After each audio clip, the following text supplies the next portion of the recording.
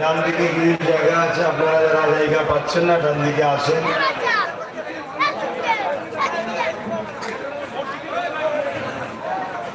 আর বেড়াচাপাতে একটু জাম হওয়ার জন্য একটু দেরি হয়ে গেছে। আমি তো এই আপনাদের বড় গোপড়া মাদ্রাসায় নামাজ পড়লাম মাগরিবে। ওখান থেকে আল্লামা হুজুরে আওলাদ মির্জা বাইজিদ আমির সাহেব বিশেষ করে আলোচনায় এসেছিল, কিনা সাথে করে আপনাদের গ্রামে এলাম কথা বলতে বলতে, কেন সময় ছিল না।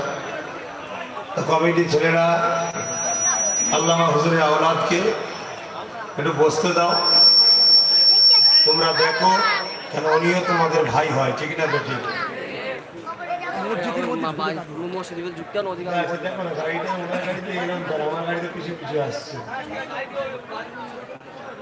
একটা দরকারি কথা ছিল, সময় একেবারে সংক্ষেপ বলে গাড়িতে আস্তে আস্তে কথাটা বলে নিলাম, যে ওনার গাড়িতেই চেপে পড়লাম।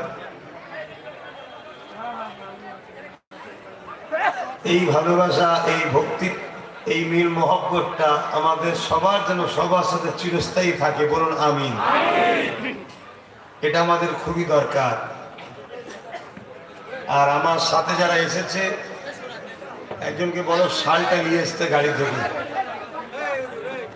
আমার গাড়িটা এলো কি দেখো, গাড়ি থেকে শালটা নিয়ে আসতে পারো।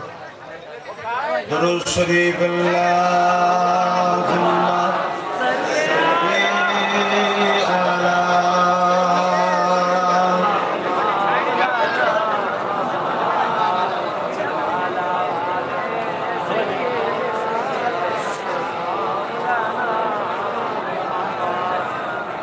أعوذ بالله من الشيطان الرجيم.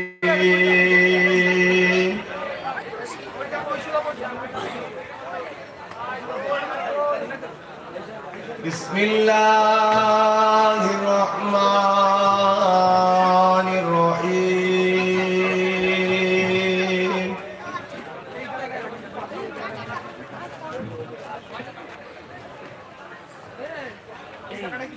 نحمده ونصلي على رسوله الكريم.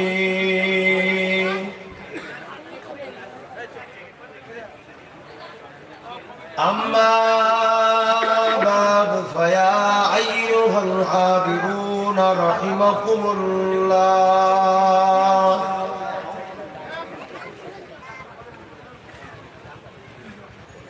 قال الله تعالى في كلام المسيح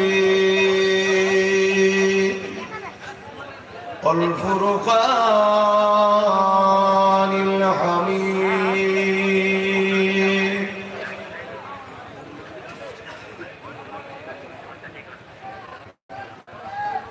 إن الله وملائكته يصلون على النبي يا أيها الذين آمنوا صلوا عليه وسلموا تسليما.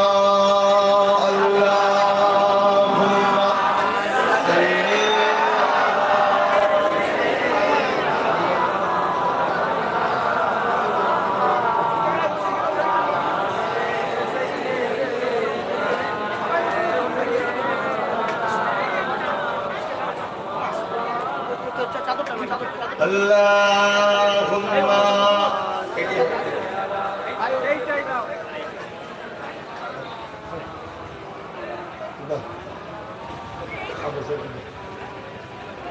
Shalahe mahshur mein labbaik labbaik jahan ummaton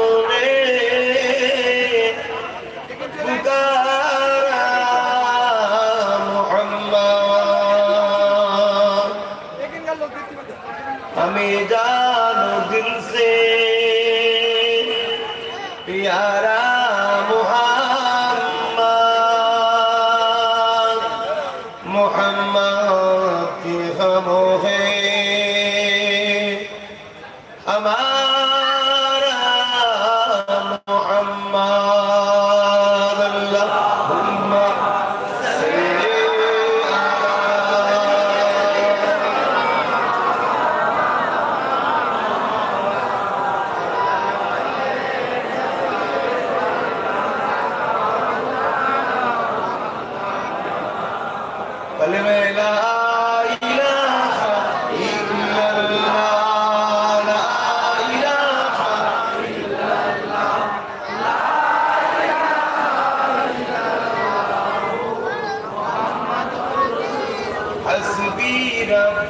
जल्लल्लाह माफी कल्बी गैरुल्लाह नूर मोहम्मद सल्लल्लाह अकला इलाहा इल्लल्लाह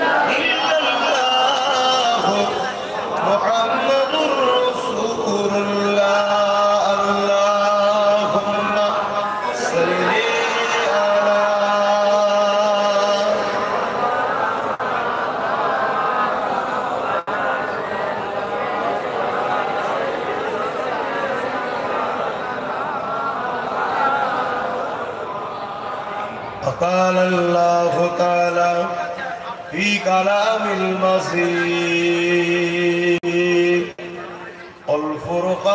الفرقان حميد وما خلقت الجن والإنس إلا ليعبدون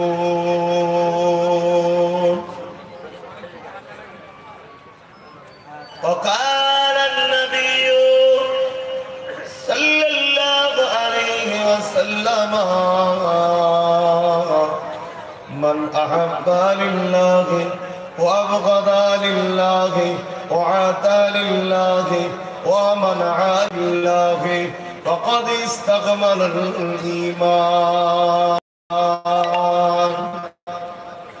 আমার আব্বা আমার ভাইরা আমার আম্মা বোনেরা ছোট ছোট বাচ্চারা দূরে কাছে মাইকের আওয়াজে সকলকে আন্তরিক মোবারকবাদ ভালোবাসা দোয়া সোশ্যাল মিডিয়া দ্বারা যেখানেই দেখছেন সবার ভালো সবাই সুখে থাকেন আল্লাহ সবাইকে দুনিয়া আখিরাতে নাজাত দেন মুক্তি দেন বলুন আমিন বড় কঠিন পরিস্থিতি মধ্যে দিয়ে আমরা জীবন যাপন করছি সব থাকতেও যেন মনে হচ্ছে নাই নাই নাই এই যেন মনে হয় কেউ আসলো আমাকে বললো তুমি বিদেশে চলে যাও এই একটা টেনশন আমরা জীবন যাপন করছি টেনশন না করে এর সমাধান কি আছে সেটা ভাবা টেনশন করে করে আরো জড়ো হয়ে যায় কিচ্ছু টেনশন করতে হবে না ভয় খাওয়ার কিছু নেই টেনশন করার কিছু নেই আল্লাহ রসুল বললেন বাবারা তোমাদের কাছে দুটো জিনিস রেখে গেলাম না তিনটে জিনিস রসুল কটা রেখে গেছে তিনটে জিনিস রেখে গেলাম দুটো নয় তিনটে এই তিনটে জিনিসকে তোমরা মজবুত করে ধরো আমি রসুল বলে যাচ্ছি তোমাদের দুনিয়া আখিরাতেও কোনো চিন্তা থাকবে না যদি বলুন সাহাবারা জিজ্ঞাসা করলেন ইয়া রাসূলুল্লাহ হাবিবাল্লাহ কি জিনিস হুজুর কোনটা ধরলে আমরা নিশ্চিন্তায় থাকবো আল্লাহ নবী বলেছিলেন প্রথম নম্বর কিতাবুল্লাহ আল্লাহ পাকের কিতাব দ্বিতীয় নম্বর হলো সুন্নতে রাসূলে আমি নবী আমার সুন্নাহ তিন নম্বর হলো ওয়া আহলে বাইতি আমি রাসূল আমার খানদান আমার পরিবার আমার আহাল এই তিনজনকে ধরো আমি রাসূল জানিয়ে দেই কোনদিন দুনিয়া আখিরাতে তোমাদের অসুবিধা হবে না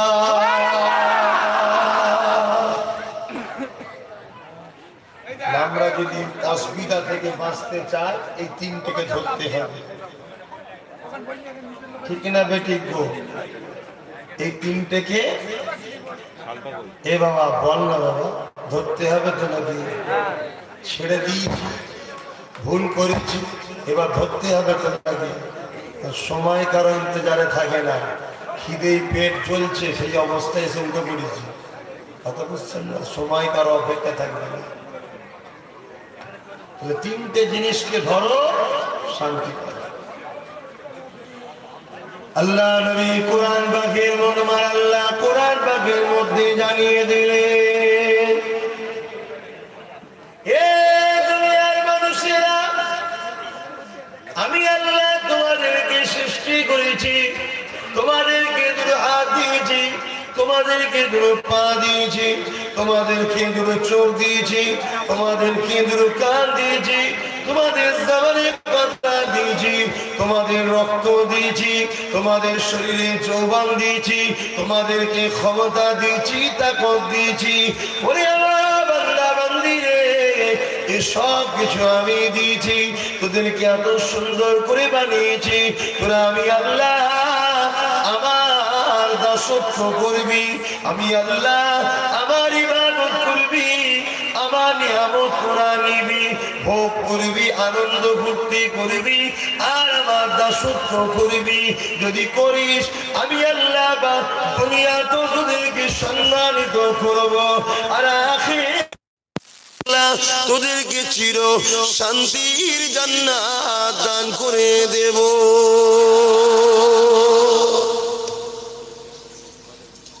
আমাদের দুটো দিকই পাওয়া যাবে যদি একটা জায়গায় ভালো কাজ করি, দুনিয়াতে আল্লাহর হুকুম দাসত্ব মেনে চলি। ঠিক না বেটি? আল্লাহ বা কোরআনে আরো জানিয়ে দিলেন, তোরা আমার হুকুম মানবি, আমার দাসত্ব করবি। আমার হুকুম আমার দাসত্বটা কি তোরা বুঝবি কি করে? তাই আমি আল্লাহ যুগে যুগে নবী রাসূল আর কিতাব পাঠিয়ে দিয়ে তোদেরকে শিখিয়েছি।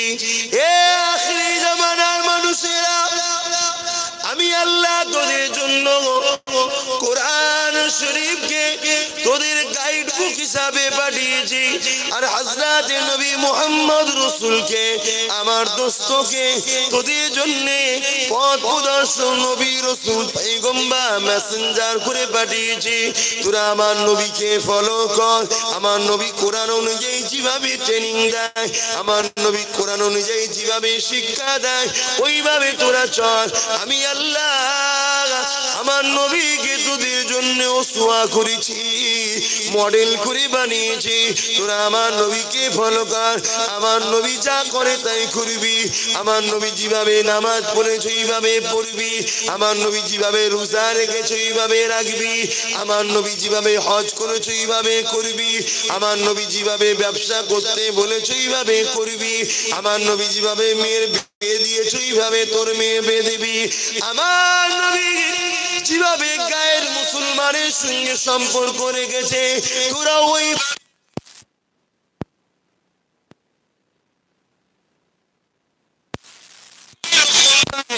তোরা করবি। কেননা কোরআন আর রাসূল পুরো মানব জীবনের সমস্ত সমস্যা সমাধানকে দেখিয়ে দিয়ে আল্লাহ নবী শান্তির রাস্তা দেখিয়েছে।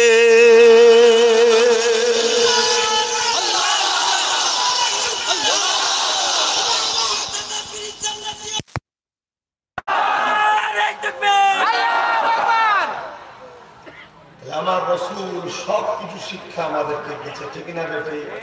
দুটো থেকে লোক, দুটো তিনটের থেকে লোক, আর রাসূলের থেকে চারটে পাঁচটা লোক এরকম হবে, সবটা নিতে হবে কার থেকে?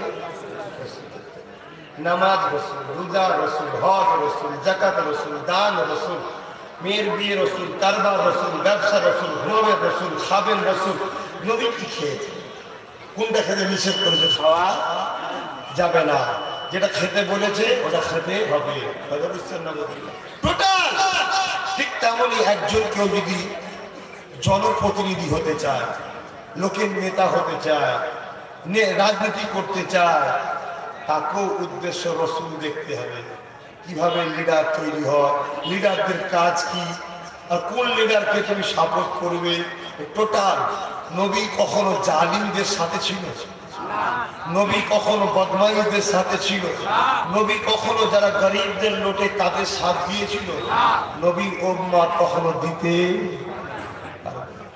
যদি দাও দুনিয়ায় হয়তো দাব দাবা চলবে, বন্দুক দেখিয়ে বোম দেখিয়ে, কবরে ঢুকলে ৯৯টা সাপ। এবার একটা প্রশ্ন উঠতে পারে, হুজুর ভালো তো কেউ নয়, কথা ঠিক। এই জায়গায় ইসলাম বলছে তোমার একটা বাঁচার রাস্তা আছে, কি? তুমি ইহসান করো, ইহসান বিনিময়। তোমার উপরে কেউ দয়া করেছিল তাই তুমি তার উপরে দয়া করেছো, তোমাকে উপকার করেছিল তাই তুমি তোমার উপকার করেছো, তোমাকে কেউ সাথ দিয়েছিল তাই তোমার সাথ দিয়েছিল। কথা বুঝছে না? আর নাই ফাঁসতে হবে। আল্লাহ নবী কিভাবে লিডার করেছিলেন? আজ থেকে ১৫০০ বছর আগে পৃথিবীর জমিনে আবু জেহেল, উতবা, সাইবা, আবুল আহাব তারা দুনিয়ার মানুষের লিডার সেজে বসেছিল। তারা গরিবদেরকে লুটে লুটে খেত।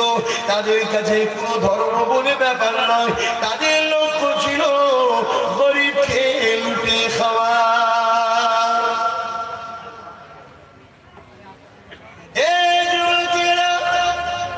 ইতিহাস পড়ো, ইতিহাস জানো। আবু জেহেল ৩৬০টা মূর্তি তৈরি করেছিল। ওই ৩৬০টা মূর্তির উপাসনা করত। তারা লোকে দুনিয়ার মানুষকে ওই দেব দেবী দেখিয়ে, মূর্তি দেখিয়ে তারা দুনিয়ার মানুষকে বলেছিল তোমরা সবাই আমাদের কৃতদাস হবে, আমরা তোমাদের লিডার। এই দেব দেবী আমাদেরকে তৈরি করেছে বাচ্চা করে, তোমরা আমাদের পূজা হয়ে থাকবে, তোমাদের মেয়েদের ইজ্জত লুটলে আমাদের অন্যায় হবে না, তোমাদেরকে জুলুম করলে আমাদের কোনো পাপ হবে না। এইভাবে বাজারে গরিবের মেয়েদেরকে নিয়ে যে বিক্রি পর্যন্ত করে দিত, বাচ্চা বাচ্চা ছেলেদের ঘরে বলি পর্যন্ত দিয়ে দিত। বাচ্চা বাচ্চা মেয়ে তৈরি করে সৃষ্টি হলে তাদেরকে জেন্ত যন্ত্র পুঁতে দিত। আবু জেহেল, উতবা প্রচার করেছিল নারীরা হলো অশুভ, ওদের বাঁচার কোনো অধিকার নাই। সবাই শুনছেন? এইরকম একটা জালিম অত্যাচার তখন সাম্রাজ্য চলছে, সমাজের লিডাররা এরকম খারাপ, তারা দেশ চালাচ্ছে। আল্লাহ নবী দিন দুনিয়ার বাদশাহ হাবিবুল্লাহ বললেন, শোনো, তোমরা যারা লিডার হচ্ছ, তোমরা যদি গরিবের উপরে, মানুষের উপর জুলুম করো, কিয়ামতের দিন আল্লাহ তোমাদেরকে জাহান্নামে দেবে। আর তোমরা যদি জনগণের সেবা করো, আল্লাহ তোমাদেরকে আরশে আজিমের ছায়া ও দয়ার জান্নাত দেবে। জোরে বলুন সুবহানাল্লাহ। ইসলাম কি শিক্ষা দিচ্ছে বুঝতে পারছেন? ইসলামের সব অন্যায়ের সমাধান আছে, সমস্ত বুড়াই থেকে বাঁচিয়ে ভালো দিকে আসার রাস্তা আছে, সমস্ত কষ্ট থেকে ফিরে শান্তি পাবার রাস্তা ইসলামে আছে। আছে না? না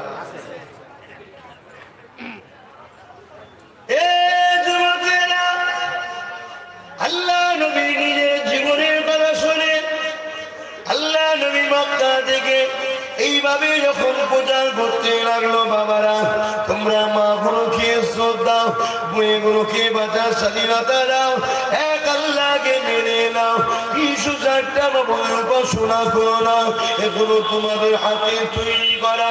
তোমাদের আল্লাহ কোনো একজন, যাকে কেউ দেখে না, যার কোনো ফটো নেই, ছবি নেই, যার কোনো মূর্তি নেই, বাবা তিনি আমাকে নবী করে, রসুল করে তোমাদের জন্য পাঠিয়েছে। বাবা হে দুনিয়া মানুষেরা, কি আল্লাহ পাকের উপাসনা করো। আবু জেহেল, উতবা, সাইবা, আবুল আহাব দেখলো মুহাম্মদ যা বলছে সত্য বলছে, কিন্তু মুহাম্মদকে যদি মক্কায় রাখা হয় তাহলে সবাই মুহাম্মদের দিয়ে চলে যাবে, তাহলে আমাদের জুলমের রাজনীতি বন্ধ হয়ে যাবে, আমাদের অন্যায় সাম্রাজ্য বন্ধ হয়ে যাবে, আমাদের ধোঁকা দেওয়া ব্যবসা বন্ধ হয়ে যাবে, আমাদের নারীদের উপর অত্যাচার বন্ধ হয়ে যাবে। এই জন্য তারা আল্লাহ নবীকে জানে পর্যন্ত মারতে চাইল। নবী পাক নিজে ঘর মোবারকে রয়েছে, ৪০ জন কাফের এসে আল্লাহ নবীর ঘরকে ঘিরে ফেলেছিল। কতজন ঘিরে ফেলে? জুলুম করে যদি নবীর ঘরকে কাফেররা ঘিরে ফেলে তৎকালীন সময়,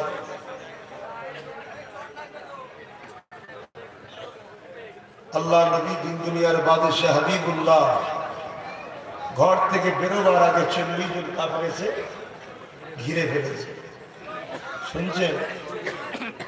আল্লাহ নবী হযরত আলীকে ডাক দিয়েছে, আলী। হযরত আলী রাসূলের ঘরে এসেছে, কথা বলছে, আর এসে কাফেররা ঘিরে ফেলেছে। আল্লাহ নবী হযরত আলীকে বুঝাচ্ছে, আলী এই যেসব মাল দেখছো এগুলো সকালে উঠে অমুক কাফের অমুক কাফের অমুক কাফের, অর্থাৎ যারা নবীকে মারতে চেয়েছিল তারাই কিন্তু নবীর কাছে নিজেদের আমানত জমা রাখতো। কেন? মোহাম্মদ রসুল ছিল আমানত ওয়ালা, কারো মাল রসুল ঝেড়ে দিত না। জোরে বলুন। তারপরও মানল না কেন? একটাই কারণ, মোহাম্মদের কথা শুনলে অন্যায় করা যাবে না, জুলুম করা যাবে না, গরিবের লুটা যাবে না, গরিবের ইজ্জতের উপর আঘাত দেওয়া যাবে না। আজও সেই নবীর গোলামের কথা মানছে না কেন? বুঝতে পারছেন না? অকাপ সম্পত্তির টাকা ঝেড়ে খাওয়া যাবে না, গরিবের হক গরিবকে দিতে হবে। শুনছেন? হারামটা খাবো কি করে? মানতে হবে। সোজা বলে ভূত কোনোদিন উঠেছে? মেকাতে হবে। মেকানোর দেশ আছে না? নাই? দেখছেন না? ভালো দেশ আছে, হঠাৎ করে দেখছেন। ভয় খাবার কিছু না। ভয় খাচ্ছেন না? হকের জন্য লোকটা পারবি তো? পারবি তো?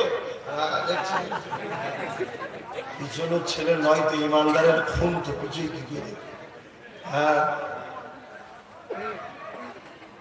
প্যালেস্তাইনে যখন মুসলমানদেরকে মারে একটা ছোট্ট বাচ্চা, তাকেও মারছে, তখন সে বলছে, শোনো তুমি আমাকে মারছো তো, আমি আমার আল্লাহকে গিয়ে বলে দেবো। জোরে বলুন। ও জানে আমি মরার পরেই আল্লাহর সঙ্গে দেখা হবে, আমি জান্নাতে যাব, আমার আল্লাহকে যে বলে দেবো। একটা বাচ্চার বিশ্বাস, আমি হকের উপরে আছি, আমি মরলে জান্নাত যাব, আল্লাহ দেখা হবে, আল্লাহকে বলবো। জোরে বলুন। আর এত বড় হয়ে গেছে, তোদের বিশ্বাস হয় না? হকের হয়ে লড়লে জান্নাত যাওয়া যায়, বিশ্বাস হয় না? মা বাপের জন্য লড়াই করা, গরিবের হয়ে লড়াই করা, এতিমের হয়ে লড়াই করা, এটা কি হক নয়? হ্যাঁ, আল্লাহ রাসূল বললেন, যে মায়ের মুখের দিকে তাকিয়ে থাকবে মকবুল হজের সওয়াব পাবে। জোরে বলুন। তাহলে যে ছেলে ওই মায়ের জন্য লড়বে সে জাহান্নামে যাবে? আজকে মা বোনদের ইজ্জত বাঁচাবার লড়াইয়ের দিন এসছে, কথা বুঝছেন না? তুমি আমি পুরুষ মানুষ, রাস্তাঘাটে আলে দাঁড়িয়ে পুকুরে যেখানে তুমি ঝুলে ঝালে জীবন কাটিয়ে দিতে পারবো, তোমার আমার মা বোনগুলো কি হবে সেগুলো ভাবার দিন আছে না? তোমরা কি জানতে আজ থেকে 10 বছর আগে 2014 জানতে কি যে সরকারটা এসছে 2019-এ গিয়ে আমাদের নাগরিকত্ব চাইবে? জানতে? আগামী 2-3 বছর পরে কি হবে সেটা তোমরা জানো? কিন্তু 2016 থেকে আমি চিল্লাচ্ছি, ভয়ানক দিন আসছে, তৈরি হ তৈরি হ তৈরি হ। কেন? আল্লাহ এই ব্রেনটাই কিছু বুদ্ধি দিয়েছে, আমরা সেই ঘরে জন্ম হয়েছি যে ঘরের লোকেদের ঘরে আল্লাহ কিছু কিছু ভবিষ্যতের কথা জানিয়েছে। বলুন সুবহান। আজ আমি আবার বলে যাচ্ছি, এখনো তো চোখ দিয়ে পানি বেরোচ্ছে, রক্ত বেরোয়নি। আজ যদি তোমরা পানি বেরোচ্ছে ভেবে চুপ করে যাও, খুব তাড়াতাড়ি চোখের পানি শুকিয়ে যে খুন বেরোবে, সেই দিন আসছে। সমাধানের রাস্তা আছে, নেই কেন? ওই যে রাসূল বললেন 3টে মান, চলে আসো কোরআনের দিকে। আরে কোরআন বুঝবে কি করে? রাসূল বলল আমার সুন্নাতকে মান। রাসূলের সুন্নাতটা পাবি কি করে? রাসূল বলল আমার খানদানের কাছ থেকে শেখ, অর্থাৎ কুরাইশের কাছ থেকে নিয়ে। জোরে বলুন সুবহান। আমি সেই কুরাইশ বংশের বাচ্চা, আজ তোমাদেরকে বুঝাচ্ছি। আসো, ভাই হও, মা হও, বাপ হও, বোন হও, যদি চলে আসো। তুমি যদি আমার বাপ হও, আমার দায়িত্ব তোমার হলো না। তুমি যদি আমার মা হও আমার দায়িত্ব তোমার হয়ে লড়া, ঠিক না? তুমি যদি আমার ভাই হও আমার দায়িত্ব তোমার হয়ে লড়া। তুমি যদি আমার বোন হও আমার দায়িত্ব তোমার ইজ্জত বাঁচানোর জন্য লড়াই করা, ঠিক না বেটি? তুমি যদি আমার না হও,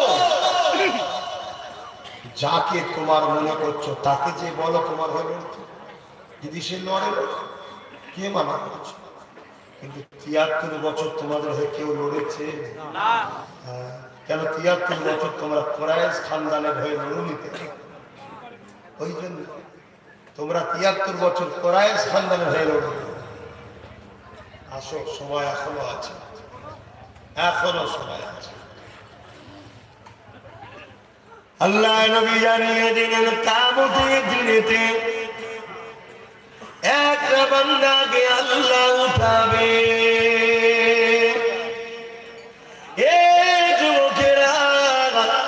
একটা কথা জিজ্ঞাসা করছি, চিৎকার দিয়ে বলবে, তোমরা দুনিয়া চাও না জান্নাত চাও?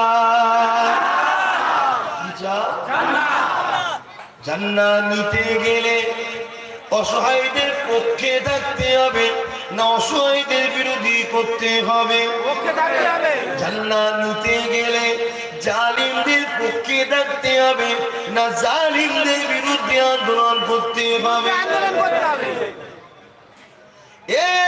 যুবকেরা, ছোট্ট একটা কথা থেকে শিক্ষা নাও, নাজাতের রাস্তা এসেছে ধরে নাও। ভুল আমাকে বুঝুনি, অনেকে আমার সমালোচনা আগেও করেছে, আজও করছে। কেউ কি আমাকে মিথ্যা বানাতে পেরেছে?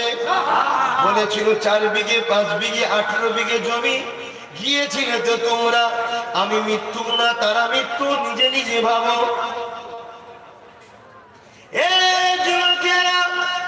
রাস্তা দেখিয়ে দিবার কাজ হলো কুরাইশ বাচ্চার। ওই রাস্তায় যদি যাও তুমি মুক্তি পেয়ে যাবে ইনশাআল্লাহ। বলে দিয়ে যায় কিয়ামতের দিনে একটা বান্দাকে আল্লাহ উঠাবে।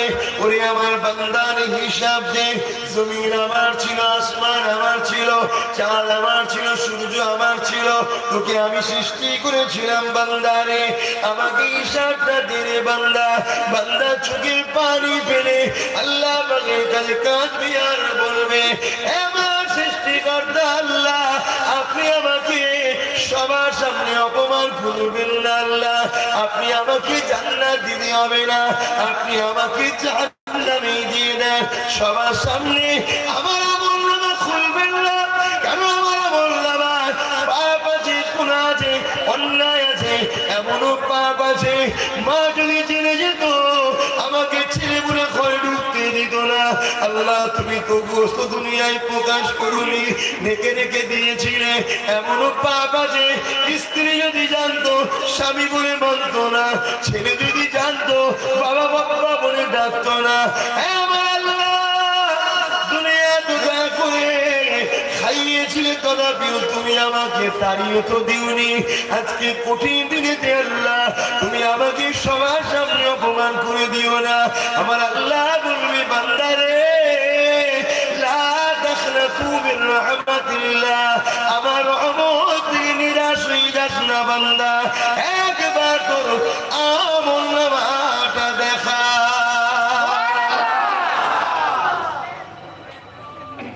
বান্দা স্বীকার করছে যে আমি গুনাহগার, আমি পাপী,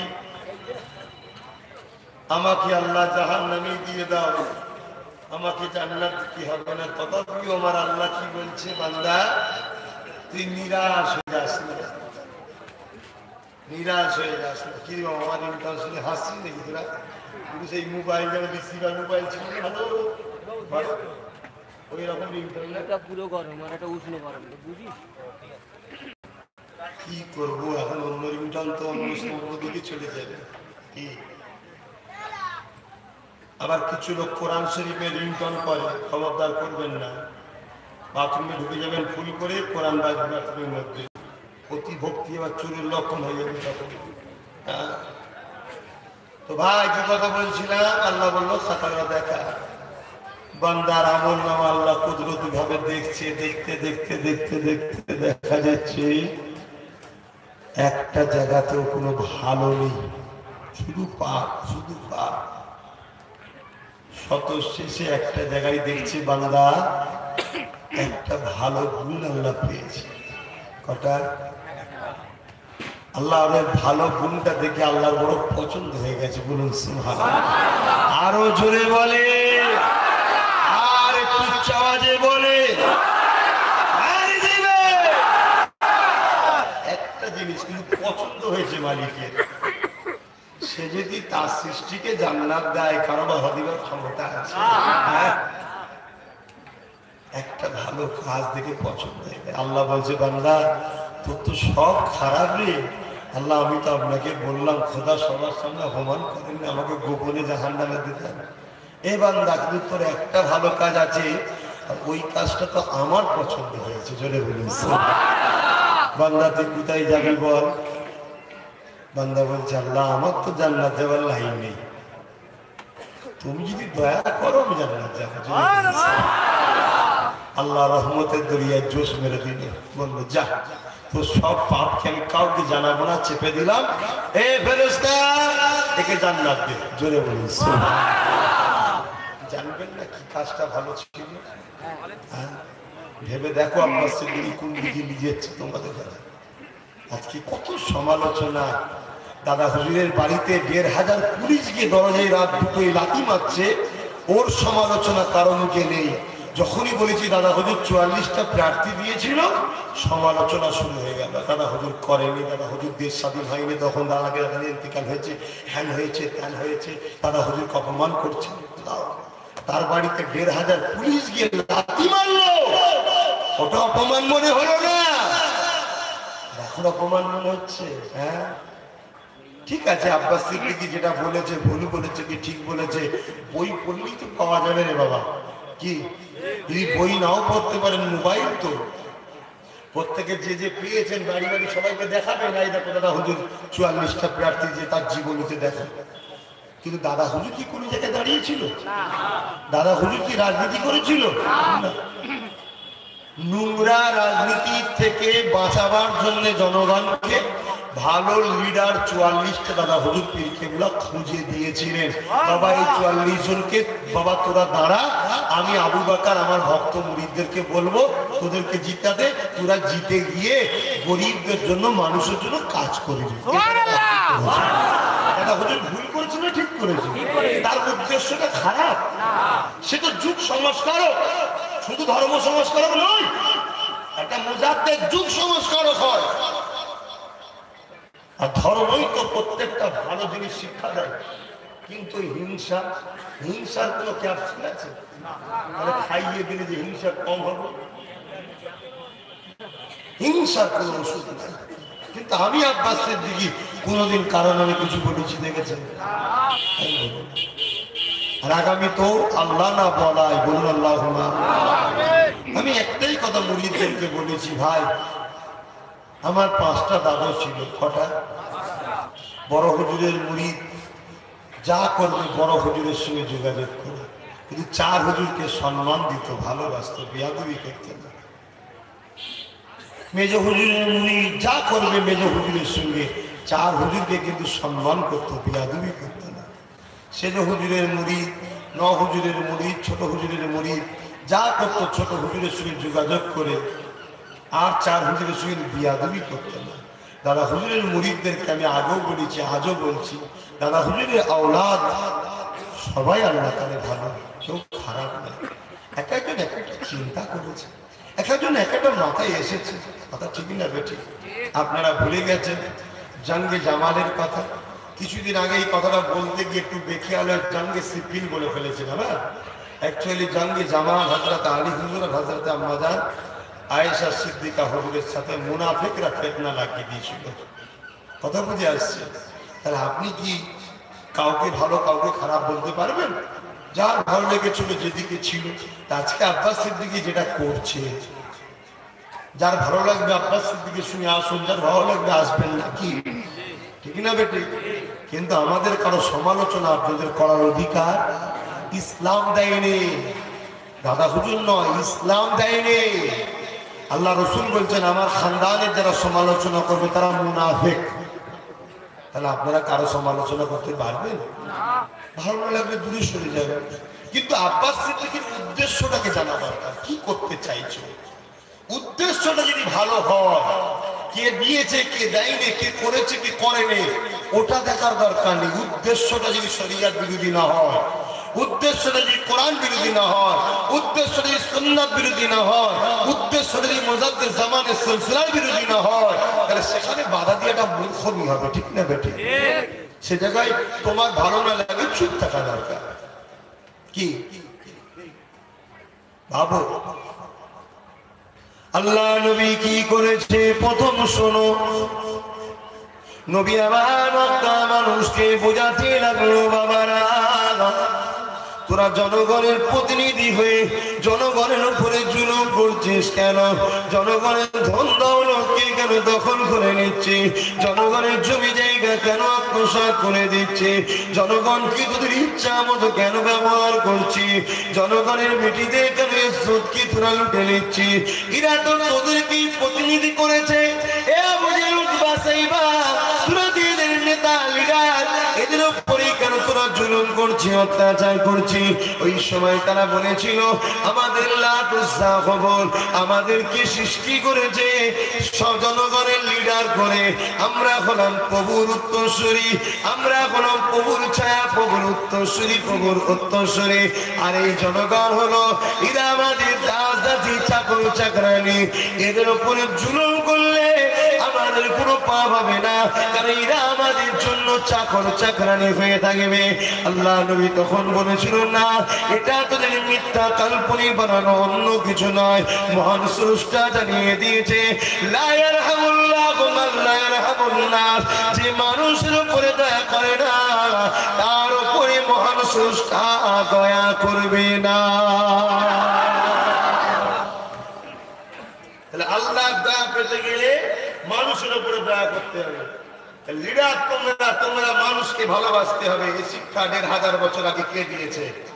জোরে বলো মুহাম্মদ রাসূল। আজকে সেই নবীর গোলাম যদি আজকে মানুষকে বলি যে লিডার যে হবে সে গরিবের উপর জুলুম করতে পারবে না, জবকার্ডের টাকা মারতে পারবে না, ইন্দিরা আবাসনের টাকা মারতে পারবে না, বিপিএল তালিকাতে গরিবকে নাম বাদ দিয়ে তোমার আপনজনের নাম ঢুকিয়ে দিতে পারবে না, এই কথা যদি আব্বাস সিদ্দিকী বলে ইসলাম বিরোধী বলছে? হ্যাঁ সারা দেবে। যদি বিরোধী হয় তাও জোর গলায় বলবে হ্যাঁ বিরোধী। তোমরা আব্বাস সিদ্দিকীকে ভয় করো না আল্লাহকে? সত্য কথা বলবে। তাহলে আব্বাস সিদ্দিকী যদি ইসলাম বিরোধী কথা বলে তাহলে বলা দরকার আছে বিরোধী কথা, বুঝছো না? তাহলে আমি বলবো হ্যাঁ বাবা ঠিক কোনটা বল, শিখে নেবো। ঝগড়ার কি আছে রে বাবা? আমরা এখানে ঝগড়া করতে বসছি নাকি? আমরা তো সত্য কিন্তু জানতে বসেছি। দুঃখ তো এই জায়গায় তোমরা আজ কোরাইশ খানদানের বাচ্চাদের নেতৃত্ব ছেড়ে দিচ্ছ। যতদিন তোমাদের বাপ দাদা আবু বকর সিদ্দিকীর নেতৃত্ব মেনেছিল, 5 হুজুরের নেতৃত্ব মেনেছিল, তোমাদের বাপ দাদার কোনো অসুবিধা হয়েছিল? হ্যাঁ, আজকে তোমাদের এই দুর্দশা কেন? তোমাদের নিজেদের দোষে। সময় থাকতে থাকতে চলে আসো, ঠিক না বেটি? সময় থাকতে থাকতে ঘর ঢুকে পড়ো। দেখবেন, বুঝাবার জন্য বলছি ভাই, মা মুরগি তার বাচ্চাগুলোকে যে ঘোরে, মা বলেছে বিপদ হলে আমি সিগন্যাল দেবো, শুধু চলে আসবি বাবা, বেশি দূরে যাবি না। যখনই সিগন্যাল দেয় যারা যারা ছুটে এসে মায়ের কথা শুনে মায়ের পেটের তলায় ঢুকে যায় তারা কি বিপদে পড়ে? আর যারা মনে করে দূর হয়ে যায়, খোলা আকাশের তলায় কত সুন্দর ঘুরছি নাচছি, তাদের কি হয়? তোমাদের জন্য গার্জেন হিসাবে আমরা এখন মা, তোমাদের গার্জেন আমরা, এই মানে উত্তরসূরি তো আমি। 5 হুজুর ছিল, আমার বাপ যারা এখনো আছে করছে, এবার আমার পালা পড়েছে, আমি আমার পালাই আমার বুঝাবো না? আমি তো অভিভাবক, তোমাদের গার্জেন, তো বয়সে ছোট হতে পারি, এই জায়গাটা আল্লাহ আমাকে মাকাম দিয়েছে, জনগণের প্রতিনিধি আমি মায়ের পেট থেকে হয়ে এসেছি। এটা কোনো ভোটাভুটিতে হয় না, এটা আল্লাহ সিলেক্টেড করে পাঠিয়েছে। তুই কোরাইশ বাচ্চা, তুই কিয়ামত পর্যন্ত নেতৃত্ব দিবি, এটা আল্লাহর পক্ষ থেকে দান, আপনারা মানবেন না? না হুজুর সব মানব, নামাজের দোয়া শিখবো, হাঁচির দোয়া শিখবো, হাত তুলে দোয়া চাওয়া শিখবো, খাবার দোয়া শিখবো, মসজিদে ঢোকা শিখবো, নামাজ পড়া শিখবো, ব্যবসার তাবিজ শিখবো। ব্যবসা কিন্তু তোমার তো শিখবো না, তাবিজটা তোমার থেকে নেবো, কেন আমার থেকে শিখলে তো হারাম ভাবে করতে পারবে না। কিন্তু তোর যদি হারামে বরকত না হয় নিয়ে কি করবি, আর হালালে যদি বরকত হয় শেষ হবে না তো কোনোদিন, ঠিক না বেটি? কোনটা লাগা? ধরেন না হারাম খাওয়ার পরে 2 মাস পরে বলছে পেটে ডায়রিয়া হয়ে গেছে, কি হয়েছে, ওকে অপারেশন করতে হবে, 3 লাখ টাকা খরচ। আর আপনি হালাল রোজ খাচ্ছেন, 10 বছর পর আপনার ঠিক আছে, কোনো সমস্যা নেই। আপনার জন্য কোনটা লাভ? এই কথা শুনছেন? আমরা তো ওইটাই শিখাবো, হালাল খা। আজকে হালাল খেয়েছিল বলে চীনের লোকেরা প্রকাশ্য ঘুরে বেড়াচ্ছে, একটা করোনা রোগ মুসলমানের হয়নি।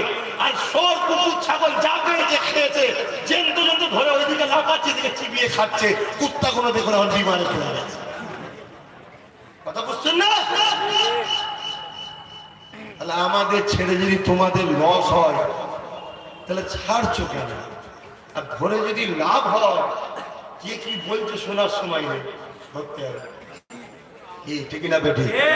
2016 থেকে তোমাদের ঘরে বুঝাচ্ছি, যতগুলো কথা বলেছি একটা কোনো কথা মিথ্যা বলেছি প্রমাণ করতে পারবে? আর যা বলেছিলাম 3 বছর আগে আজকে সেটা ঘটছে না ঘটনা? তা আজ থেকে 3 বছর পরে তোমরা যদি আমার কথা না শোনো কি ঘটবে সেটা বলে যাচ্ছি। তোমাদের চোখের সামনে তোমাদের মা বেটিকে রেপ করবো, তোমাদের দেখতে হবে, সেই দিন আসছে। শুনছো? এবারে কেউ যদি মনে করে এটা কি সম্ভব, এতগুলো রয়েছি, আসামে 19 লাখ বিপদে পড়ে আছে, আসামে 19 লাখ বিপদে আছে।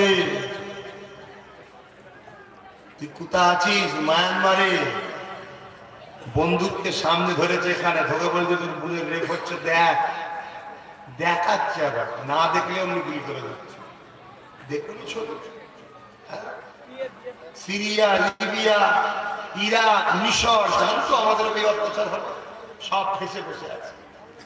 তুমি কি জানতে তোমার পশ্চিম বাংলায় 18টা বিজেপি পাবে? জীবনে কখনো স্বপ্ন দেখেছিলে যে পশ্চিম বাংলায় বিজেপি আসবে? যে রাজ্যে মুসলিম হিন্দু এক উঠোনে এক এগেনেতে কাজ করে, অর্ধেকটা হিন্দুর অর্ধেকটা মুসলমানের দিয়াল পর্যন্ত তুলা নেই, হ্যাঁ, একই উঠোনের একদিকে মসজিদ আর একদিকে তুলসী গাছ লাগানো, এইরকম একটা কালচারের মধ্যেও 18টা বিজেপি যে কি চলে আসতে পারে, কালকে কি হবে বুঝতে পারছেন? ওই হবে বলেই এখন থেকে চাপাচ্ছে, আব্বাসের দিকে যা করছে বিজেপি চলে আসবে, লাইনটা ক্লিয়ার করছে। কেন বুঝতে পারছি? কেন এসে যাবে বুঝতে পেরে গেছে। এই জায়গাতে বিজেপিকে রুকারও রাস্তা আছে না? না আছে। কে রুকবে? কে রুকবে? হ্যাঁ, যে আনছে সে রুকবে না? হ্যাঁ, রুখতে গেলে তাহলে দেশপ্রেমিকদের রুখতে হবে। কি দেশপ্রেমিক যারা তারা তাহলে আগিয়ে আসুন, ওটাই তো আব্বাস সিদ্দিকী করতে চাইছে। খারাপ লাগছে না? কষ্ট হচ্ছে না? আল্লাহ নবী মক্কা থেকে মদিনা জমিনে চলে গেল। মদিনার জমিনে গিয়ে আল্লাহ নবী বুঝাতে লাগলেন জনগণকে, বাবারা শান্তি যদি পেতে চাস, আমি মুহাম্মাদের কথা শুনলে বাবা, মক্কার মানুষ শুনলো না, মদিনার মানুষ শুনতে শুরু করলো। আল্লাহ নবী মদিনা তো জঘন্য জায়গা ছিল, ইয়াসরিব তার নাম ছিল, যেখানে মানুষ যেতে ভয় করত, গেলে মারা যেত। এইরকম একটা বিপদযুক্ত জায়গায়, রেড সিগন্যালের জায়গায় আল্লাহ নবী গিয়ে এত সুন্দরভাবে নিজে একটা রাজত্ব কায়েম করলো, রাষ্ট্র কায়েম করলো। সেখানে নবী আমার এত সুন্দর আইন ব্যবস্থা করলো, এত সুন্দর লিডারশিপ দিল। 10 বছর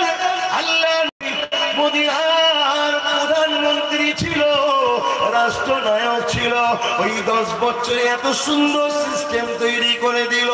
আজকের দিন পর্যন্ত পৃথিবীর জমিনে যে কোনো দেশে চলে যান না কেন, যে কোনো শহরে চলে যান না কেন, প্যারিস বলতে পারে, সুইজারল্যান্ড বলতে পারে, পৃথিবীর যেখানেই যান না কেন, মদিনার মতো সর্বদিক দিয়ে কত সুন্দর শান্তির শহর দুনিয়ার জমিনে আর দ্বিতীয় না।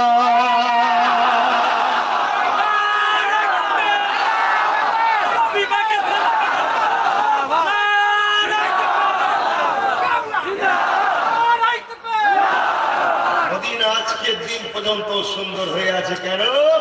পৃথিবীর সবচেয়ে সুন্দর নেতা মদিনায় 10 বছর রাজত্ব করেছিল, আর তার রাষ্ট্রনায়ক ছিল মদিনাকে পরিচালনা করেছিলেন। তার সুন্দর আখলাক দিয়ে কোরআনের সিস্টেমে, কথা বুঝছেন না বোঝেন না? নবী কি ভুল করেছিল? আজকে সেই নবীর বাচ্চা যদি পশ্চিম বাংলার এই দুর্নীতি মুক্ত একটা সমাজ করার জন্য যদি জনগণকে ডাক দিই, আব্বাস সিদ্দিকী ভুল করছে না? দাদা হুজুর করেনি, 5 হুজুর করেনি, অমুক হুজুর করেনি। আগেকার ডাক্তাররা বলতো জ্বর হলে ভাত খাওয়াবি আর গোসল আগেকার ডাক্তাররা বলতো জ্বর হলে ভাতও খাওয়াবি না, গোসলও করাবি না। আর এখন হলে কি বলে? ভাতও খাওয়াবি, গোসল ঘন ঘন করাবি, মাথা বেশি করে ধোয়া। কি পরিস্থিতিকে সামনে রেখে ডাক্তার চিকিৎসা করে, সে ডাক্তারটা ভুল ছিল নাকি? আর এই ডাক্তারটা কি ভুল? তখনকার সময়ে তিনি যেমন পরিস্থিতিতে ছিলেন, তিনি তিনার জায়গায় অবশ্যই ঠিক। আর তিনার বংশ রয়ে গেল কেন? তিনার খানদানরা রয়ে গেল কেন? বর্তমান সময়কে সামনে রেখে তার বাচ্চারা জনগণের স্বার্থে কি করে সমাধান করা যায় এই সুন্দর সিস্টেমকে বার করার জন্য, ঠিক না বেটি? এরপরও তো বলছি জীবনী পড়ো, 44টা দিয়েছে কি দেয়নি দেখো।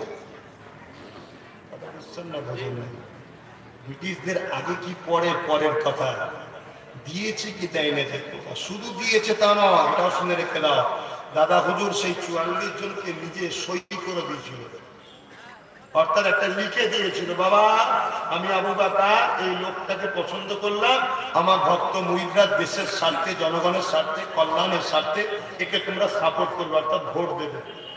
শুনছেন? শুধু ভোটের র্যালিতে,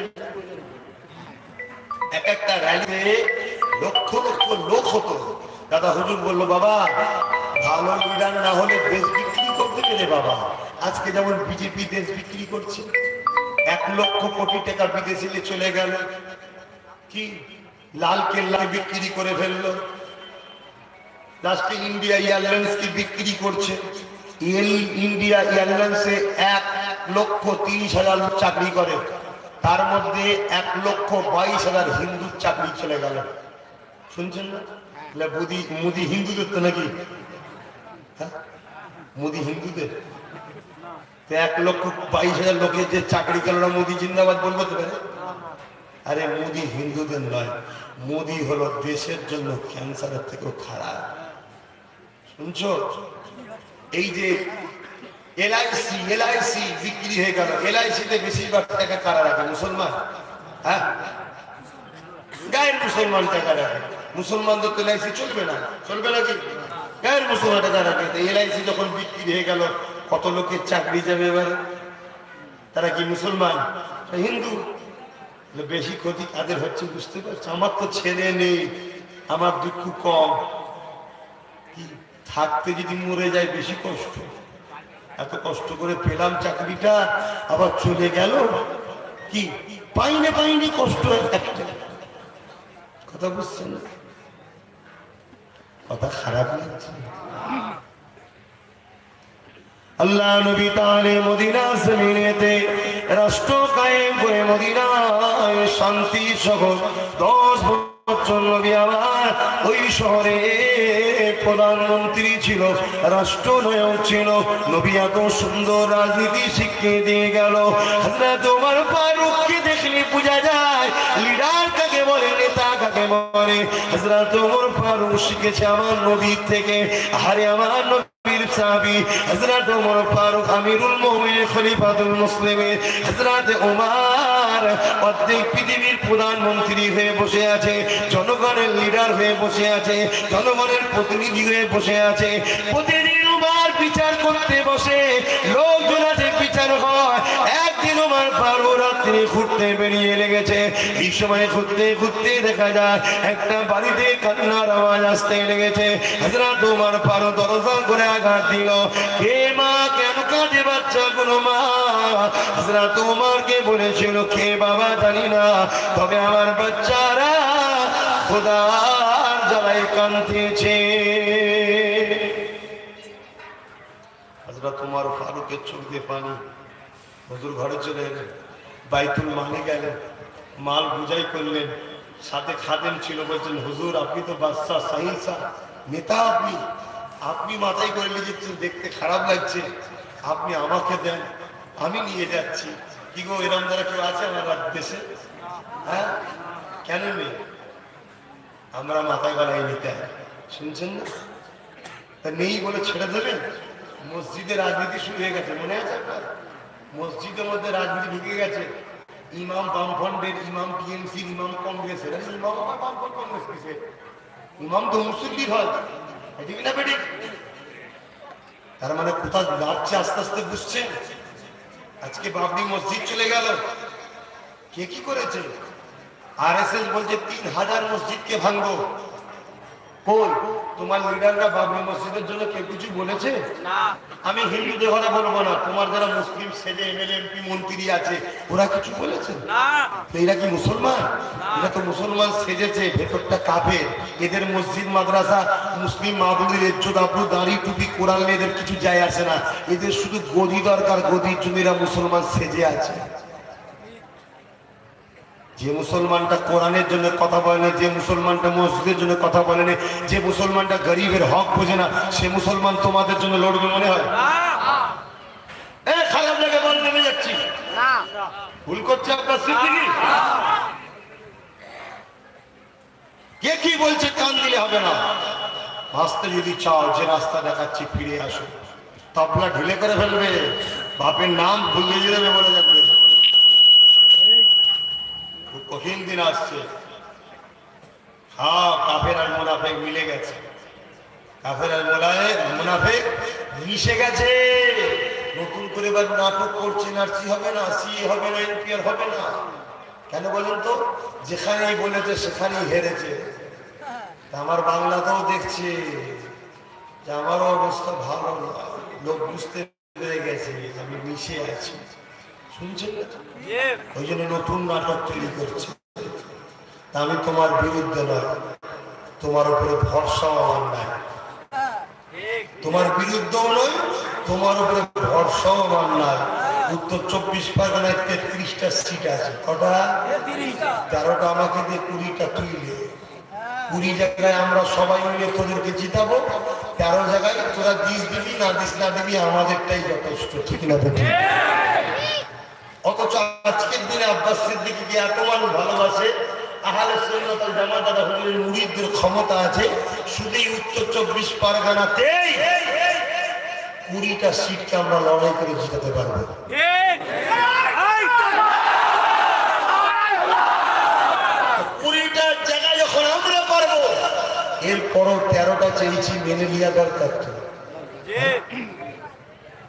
না? দেবো না, আমরাও তোমাদের সাথে থাকবো না।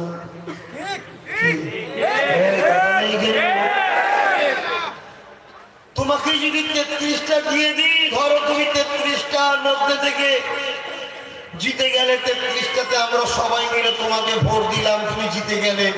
জিতে যাবার পরে কি বিশ্বাস আছে? ওই ব্যারাকপুরের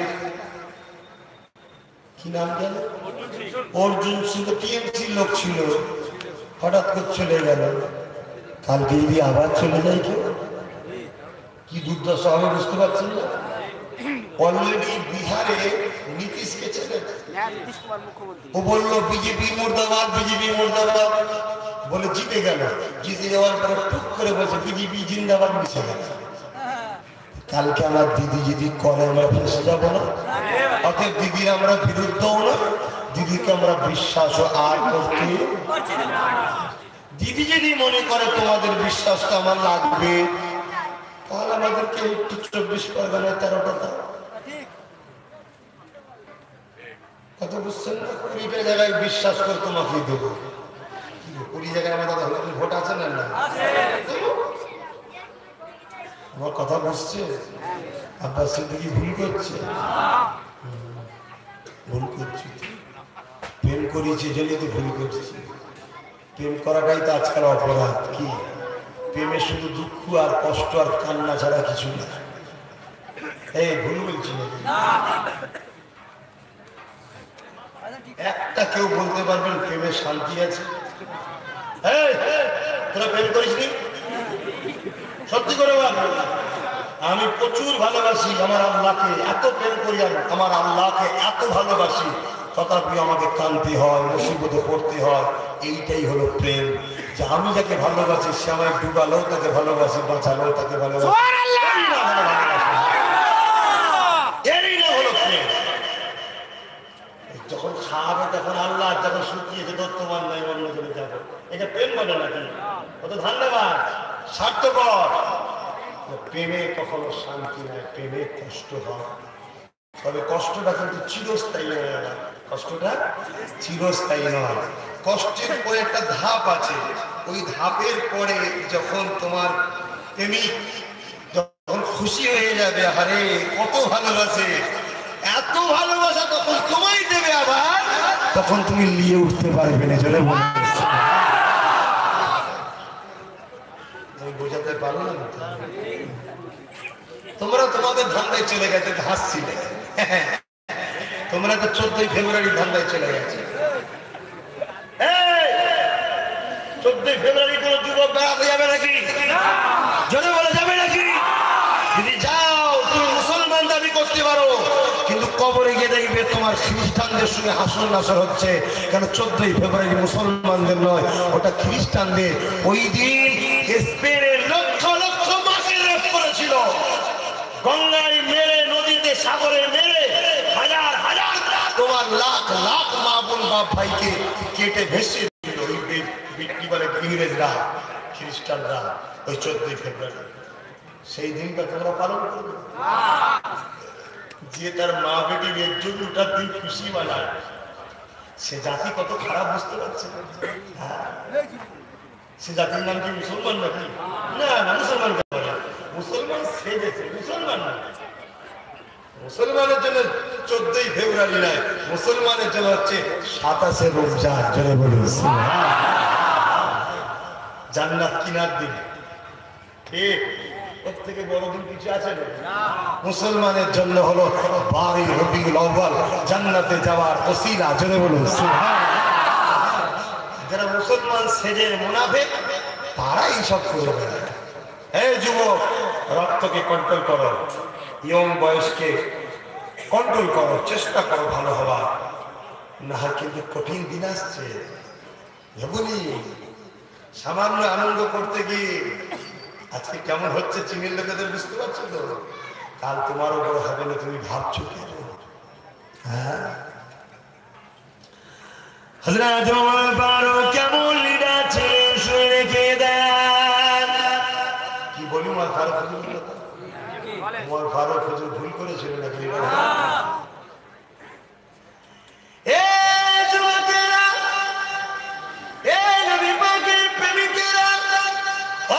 পৃথিবীর নেতৃত্ব দিচ্ছে ফারুকে আজম। এমন করে ফারুকে আজমে নেতৃত্ব মেনে নিবার জন্য আমি এমন করে ইহুদিদের কাছে, রোমের কাছে, কাইসারের কাছে খবরটা চলে যায়। সেই এলাকার মানুষরা বলতে লেগেছে, আমরা যাকে নেতা বলে মানবো, আমরা যাকে লিডার বলে মানবো, একবার তাকে দেখানো দরকার। হযরত ওমর ফারুক হুজুরাবাদ রওনা দিয়েছে একটা ঘোড়া নিয়ে বা একটা উট নিয়ে। হুজুরাবাদ যখন রওনা দিয়েছে, সাথে একটা একটা খাদেম রয়েছে, খাদেমের সঙ্গে কথা বলা হয়ে গেছে, কিছুটা তুমি যাবে বোঝাবার জন্য বলছি। 1 মাইল আমি ঘোড়ার পিঠে চাপবো, 1 মাইল তুমি ঘোড়ার পিঠে চাপবে। যখন আমি উটের পিঠে চাপবো তখন তুমি হেঁটে হেঁটে যাবে, আর তুমি যখন উটের পিঠে চাপবে আমি তখন হেঁটে হেঁটে যাবো। এইরকম সৎ চরিত্র, এরকম উদার মনের লিডার দুনিয়ার জমিনে পাওয়া যাবে না। হ্যাঁ পাওয়া যাবে যারা কিনা মুহাম্মদ রাসূলের গোলাম হবে।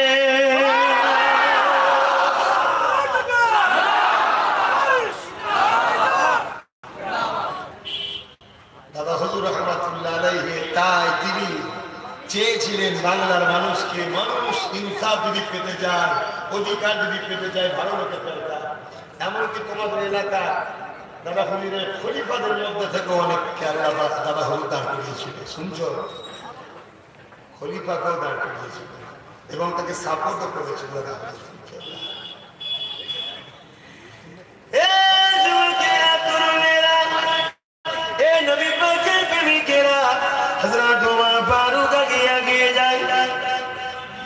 এরকম করে পালাক্রমে যেতে যেতে যেতে যখন এমন করে সেই দেশে পৌঁছে যায়, হযরত ওমর ফারুকের নিচে হাঁটার পালা, আর খাদেম তখন ঘোড়ার পিঠে উটের পিঠে। সবাই দেশের বর্ডারে দাঁড়িয়ে আছে, আমিরুল মুমিনিন আসছে, খলিফাতুল মুসলিমিন আসছে, বিশ্বজাহানের সব থেকে সুন্দর লিডার আসছে, যার নেতৃত্ব, যার সবকিছুতে মানুষ মুগ্ধ হয়ে গেছে।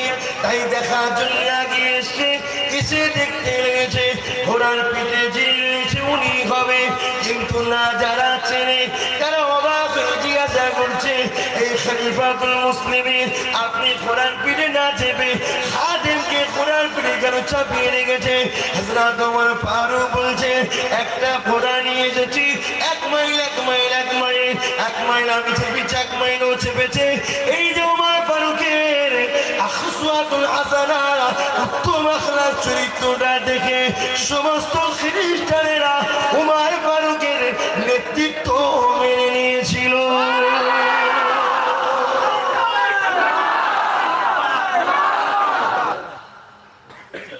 আজ আমাদের মধ্যে ধারণা মনির সাহেব ওই মসজিদে থাকবে, ও কেন দেশ চালাবে? মনির সাহেব তোমাকে শুনবে, ও কেন প্রধানমন্ত্রী হবে, ও কেন রাষ্ট্রপতি হবে, ও কেন এমএলএ হবে, ও কেন মন্ত্রী হবে? এইগুলো সমাজে ছড়িয়েছে চোরেরা, শোনেন না? কেন একটা আলেমে হাক্কানি যখন লিডার হবে সে তখন 140 টাকা ইন্দিরা আবাসনের ঘরে 1,40,000, ওই 1,40,000ই দেবে। উপরন্তু নিজে ভাববে আমার আখিরাতের ভালোর জন্য করি, আরো 1,000 দিই। কি হ্যাঁ, ও যদি ঢুকে যায় তাহলে 60,000 টাকা তো কাটতে পারবো না, তাতে মনি সাহেবকে ঢুকতে দেওয়া যাবে না। অথচ তুরস্কের প্রেসিডেন্ট একজন হাফেজে কোরআন, একজন এইদিকে দেশ চালাচ্ছে, কোরআনও পড়ছে, নামাজ পড়ছে, হাত তুলছে, ও দেশের জনগণের উপরে আল্লাহর রহমত হচ্ছে, আর সৎ চরিত্র আলেম হাফেজের দ্বারা দেশ চলছে। আর ওইদিকে দেখো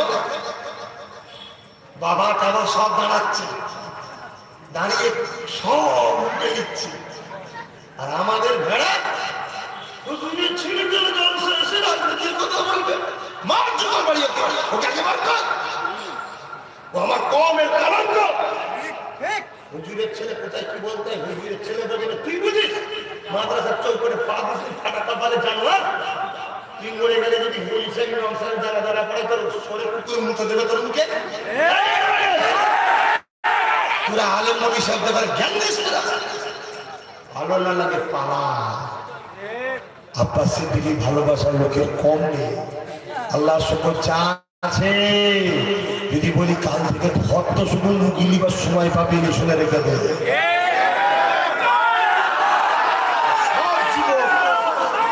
আর সবচেয়ে বড় প্লাস পয়েন্ট হচ্ছে যুবক, একেবারে 18 থেকে 25, 20, 30, 18 একেবারে ফোন টক করে ফুটছে, হাত দিস কি বলি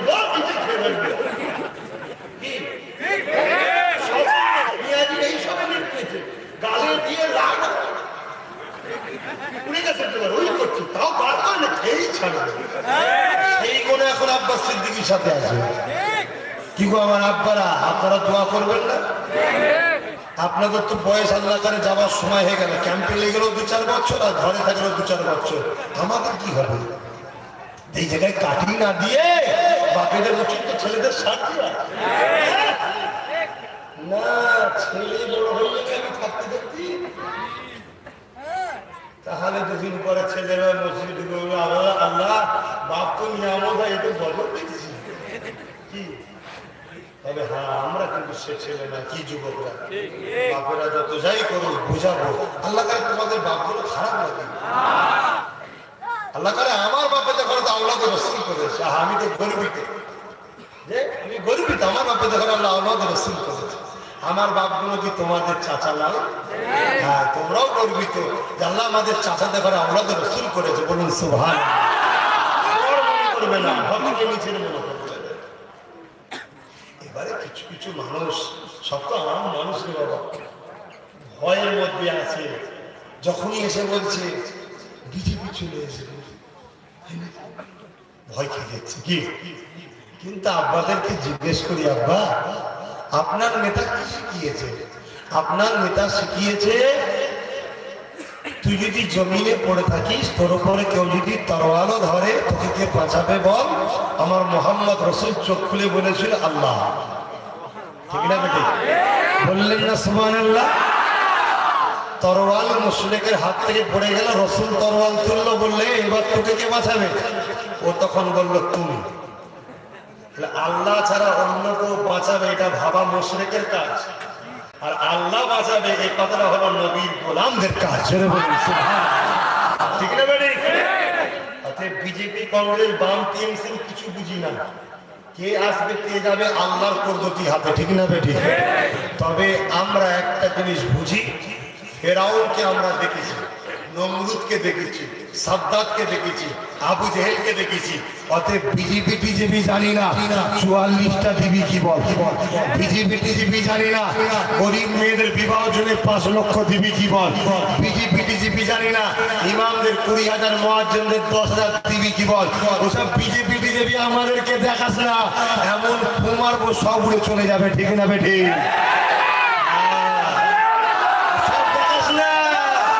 শুধু সরল প্রাণ অশিক্ষিত এবং গ্রামের হিন্দু ভাইয়েরা ভুল বুঝে নেয়, তাই ঠান্ডা মাথায় কাজ করছি। নাই আইনা ময়দানে কত বিজেপি আছে, ময়দানে আয় 24 ঘন্টার মধ্যে সব সাফ হয়ে যাবে। কেন? তোরা দেশদ্রোহী। হ্যাঁ, ঠিক না বেটি? দেশদ্রোহীকে কখনো মুসলমানরা মেনে নেয় না, আর মেনে নেবেও না। ঠিক না বেটি? কিন্তু ওদের গায়ে যে জামাটা আছে ওটা হলো হিন্দু ধর্মের ভক্ত সেজে আছে। ঠিক না বেটি? হিন্দু ভাইয়েরা ভুল বুঝতে পারে, তাই আমরা বুঝাবার চেষ্টায় শুরু আছি। আলহামদুলিল্লাহ, আমার আল্লাহর দরবারে শুকরিয়া যে আজকে হিন্দু, খ্রিস্টান, দলিত, আদিবাসী সবাই বুঝতে শিখেছে যে বিজেপি হলো ভণ্ড হিন্দু। সব বুঝতে শিখে গেছে, বুঝতে শিখেছে বলেই তো দিল্লিতে ঝেঁটিয়ে বার করে দিয়েছে। কি তার আগে রাজেশ কি বলে ঝাড়খণ্ডে, কথা বললেন না? তার আগে বোম্বাইয়ে, তার আগে হরিয়ানায়, আমার বাংলাতেও ঝাঁটাবো। কথা ঠিক না বেটি? ওই জন্য দিদিকে বারবার ফোন করছো, দিদি আব্বাস সিদ্দিকী যা করতে লেগেছে ঝাড়তেই হবে। অতএব তুমি লোকের বাড়ি বাড়ি বুঝাও আব্বাস সিদ্দিকী এলে বিজেপি চলে যাবে, যাতে করে আব্বাস সিদ্দিকীর থেকে লোক আব্বাস সিদ্দিকীকে বোঝায় আপনি হুজুরের ছেলে শুধু খুলে দেন, তাবিজ দেন আর জলসা করেন, আপনি সব করছেন কেন? মুরিদ, মুরিদ তোমার কথা আমি শুনবো? কপাল ফাটা মুরিদ। তাহলে মুরিদের কথা যদি পীরকে চলতে হয় তাহলে কপাল ফাটা পীর তাহলে না। এই কথা ভুল বলছি নাকি? মুরিদ তো পীরের কথা শোনে। আচ্ছা বলো তো দেখি, একটু এটা বুঝিয়ে দেবো। বিজেপি আসলে এই যে বার্তাটা দিচ্ছে একটু বুঝিয়ে দেবো। শোনো, ব্যক্তিগত রাজার পাশে রাজা থাকলে একটু টানাটানি হয়, ওইগুলোতে কান দেওয়ার দরকার নেই। কথা বুঝছেন না? বুঝতে পারছেন? দুটো ভিখারি যদি একটা রাত্রিরে আপনার বাড়িতে আসে, গরিব ভিখারি, আপনি যদি একটা কম্বল দেন, বাবা একটা আছে তোমরা দুজনে মিলেমিশে শো, সকালবেলা আপনার কম্বলটা কিন্তু দুটাই পাবেন। আর দুটো মৌলানা মুফতি যদি একসাথে আপনার বাড়িতে আসে আর একটা যদি কম্বল দেন, সকালবেলায় কম্বলটা গোটা পাবেন না, হাফ পাবেন। কেন? ফতোয়া ছোট ছিঁড়ে ফেলে। কথা বুঝছেন? খারাপ লাগে না? অর্থাৎ পার্সোনাল ওই পিসার কি বলছে, ওই পিসাটা কি বলছে, ওই মহারাজ কি বলছে, ওখানে কান দিয়ে লাভ নেই। ওগুলো হচ্ছে রাজার পাশে রাজা থাকলে একটু খুঁটি হয়, ওর পূজা বেশি, ওর দিকে লোক যাচ্ছে বেশি, এই একটু হয়, ওটাকে খারাপ নেবেন না, ওটাকে মাইন্ডের বাইরে রাখেন। তাকেও ভালোবাসবেন, আমাকে ভালোবাসবেন। কথা বুঝছেন না? কিন্তু বাকি যে কথাটা আমি বলছি সেটা হলো এটা যে এই যে বিজেপি চলে আসবে, এই যে কথাটা, এই কথাটা কতটা সত্য একটু বোঝা দরকার আছে। কি বুঝতে হবে? আর আমি যেভাবে বুঝাচ্ছি আপনারা যারা শুনছেন আমার সাথে কারা কারা একটু হাত তুলে দেখাবেন। আলহামদুলিল্লাহ, আলহামদুলিল্লাহ। আপনারাও তাহলে আমার হয়ে একটু কাজ করবেন তো, বোনেদেরকে, নিজের আত্মীয়, নিজের যারা, তাদেরকে বুঝাবেন তো। প্রত্যেকে 10 জন করে ভোট ঠিক পাবেন, 10 জন করে। আর শুনছেন না? আর প্রতিটা বুথে 30 জন করে ঠিক হয়ে থাকে। কজন করে? 30 জন করে। 30 জন যদি 10টা করে ঠিক করে 300, প্রতিটা বুথে 300, ঠিক না ম্যাডাম? এই 300 জন সবসময় একসাথে থাকবে। শুনছেন না? শোনেন না? আর আপনারা শুনে গিয়ে বুঝাবেন। আচ্ছা বলুন তো দেখি, ধরুন আব্বাস সিদ্দিকী 44টা দিল না, তাহলে বিজেপি আসবে না? আরো বেশি আসবে। আপনারা কি বলছেন? আরো বেশি আসবে। এখন যদি টিএমসি সরকার বলবে আসবে না, তখন তাদেরকে জিজ্ঞেস করুন তাহলে আব্বাস সিদ্দিকী যখন দেয়নি লোকসভাতে 42-এর 18টা কি করে এলো? শুনছি আব্বাস সিদ্দিকী দিলে বিজেপি আসবে তা নয়, আব্বাস সিদ্দিকী না দেওয়ার কারণে 18টা বিজেপি এসছে। এই প্রমাণটা কিন্তু সত্য আছে। এখন দেয়নি, পরে কি ঘটবে পরের কথা, কিন্তু এটা প্রমাণ হয়ে গেছে দেয়নি বলে 18টা হয়েছে। কি গো, ঠিক না বেটি? দ্বিতীয় নম্বর, বাংলায় কি বিজেপি ছিল? এই বিজেপিটা এলো কোথা থেকে? হঠাৎ করে বিজেপিটা চলে গেছে। আমি দুটো দিনই দেখাচ্ছি, যতগুলো লোক টিএমসি থেকে বেরিয়েছে সবাই গেছে কোথায়? যতগুলো লোক এখানে পিছন থেকে একজনকে জিজ্ঞেস বলছে রাজনীতি হচ্ছে আবার। এটাই হলো ভুল, এটাই হলো ভুল। কেন? ও তো ভুল বুঝে আছে, ওর তো ব্রেনটাকে ওয়াশ করিয়ে রেখেছে, তো ও তো আমাদেরই, ওদেরকে বুঝিয়ে আনতে হবে। এই কথা শুনছেন? 73 বছর ধরে কোন পীর সাহেব যারা আলেম ওলামা এই বিষয়ে মাথা দেয়নি, হঠাৎ করে যখন আব্বাস সিদ্দিকী দিচ্ছে, তাহলে একটু মানুষের মধ্যে বিভ্রান্তি হবে না? হবে না? এটা হওয়াটা স্বাভাবিক, খারাপ নয়। তো সেই ছেলেগুলোকে তো বুঝাবার দায়িত্ব, মানে এই কেরা দেখতো ভক্ত ভক্ত এটা নয়, ওকে 10 বার বুঝাও। যদি এর পরও না বোঝে তখন একটা কথা বলো, ভাই তোর যাকে ভালো লাগে তাকে ভাস, আমার যাকে ভালো লাগে আমি তাকে ভাস। ঝগড়া না, শুনছেন না? ঝগড়া নয়, ঝগড়া আমাদের পক্ষ থেকে হবে না। কথা ঠিক না বেঠি? যদি আমাদের ঘরে কেউ মারতে আসে সুস্থ কিন্তু যাবে না, এটাও ঠিক। সত্য না মিথ্যা? আমাদের পক্ষ থেকে ঝগড়া হবে না। তাহলে আমি বুঝাই, শুনছেন? বিজেপি তো পশ্চিমবাংলায় ছিল না, আসলো কি করে? খেয়াল করুন তো, পঞ্চায়েত ভোটের সময় বামফ্রন্ট আর কংগ্রেসকে টিএমসিরা প্রচুর মেরেছিল, প্রার্থী দিতে দেয়নি। আর বিজেপি প্রার্থী দিচ্ছিল, টিএমসি কি বাধা দিচ্ছিল? কেন বাধা দেয়নি? আমরা 1 টাকা ইপিট আর উপিট, কথা বুঝছেন না? আমরা 1 টাকা ইপিট আর উপিট, যেই টিএমসি সেই বিজেপি, অতএব একসাথে ঘর করলে অসুবিধে নেই। বাম কংগ্রেসকে থাকতে দেওয়া যাবে না। কেন? আমরা যখন জুলুম করব তখন মানুষ আর উপায় পাবে না। বিরোধী হিসাবে যদি বিজেপি থাকে, আমরা যতই জুলুম করি মানুষ আমাদের জুলুমকে মাথা পেতে মেনে নেবে, বিজেপিতে কিন্তু যাবে না। আর বিরোধী হিসাবে বাম কংগ্রেস যদি থাকে, আমরা যেমন বিজেপি সিপিএম জুলুম করাতে আমাদের দিকে চলে এলো, আমরা জুলুম করাতে আবার লাফিয়ে চলে যাবে। কথা বুঝছেন না? বোঝেন না? এজন্য বাম কংগ্রেসকে রাখবো না। আর ওই চোটে এত মার মারবো, বাম কংগ্রেসের লোকগুলি সব বিজেপিতে ঘুরবে। কথা বুঝছেন না? তাহলে বিজেপি কি আব্বাস সিদ্দিকী এনেছে? যারা ঘাটাচ্ছি, শোন, আমাকে ঘাটাসনি, তোদের দিদির আরো ক্ষতি হয়ে যাবে। কেন? আমাকে কোনো কামান দিয়ে, পরমাণু বোমা দিয়ে, AK-47 দিয়ে 1500 কেন 3 লক্ষ পুলিশ তো আমাকে আটকাতে পারবে না।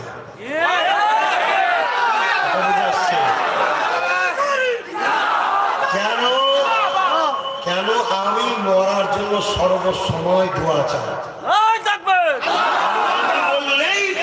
আমার মুস্তাফা জানের রহমতকে কবরে দেখতে পাবো। জোরে বলছি, আজকে কষ্টের দুনিয়া আর ভালো লাগছে না। মরবি লাভ, যারা মরলে লাভ দেখে তাদেরকে কোনো শক্তি দিয়ে দাবিয়ে রাখা যাবে না। অতএব পাড়ায় পাড়ায় আওলাদে রাসূলের সমালোচনা না করে, তোরা যদি বাঁচতে চাস, যে দিদিকে বুঝা আব্বাস সিদ্দিকীর 5টা দাবি মেনে নিস, তাহলে আগামী দিন দিদির সাথে এক হয়ে এই বিজেপির বিরুদ্ধে লড়ে বাংলায় আমরা ঐক্য করে ইউনিট তৈরি করে পাওয়ার তৈরি করবো। ঠিক না বেঠি?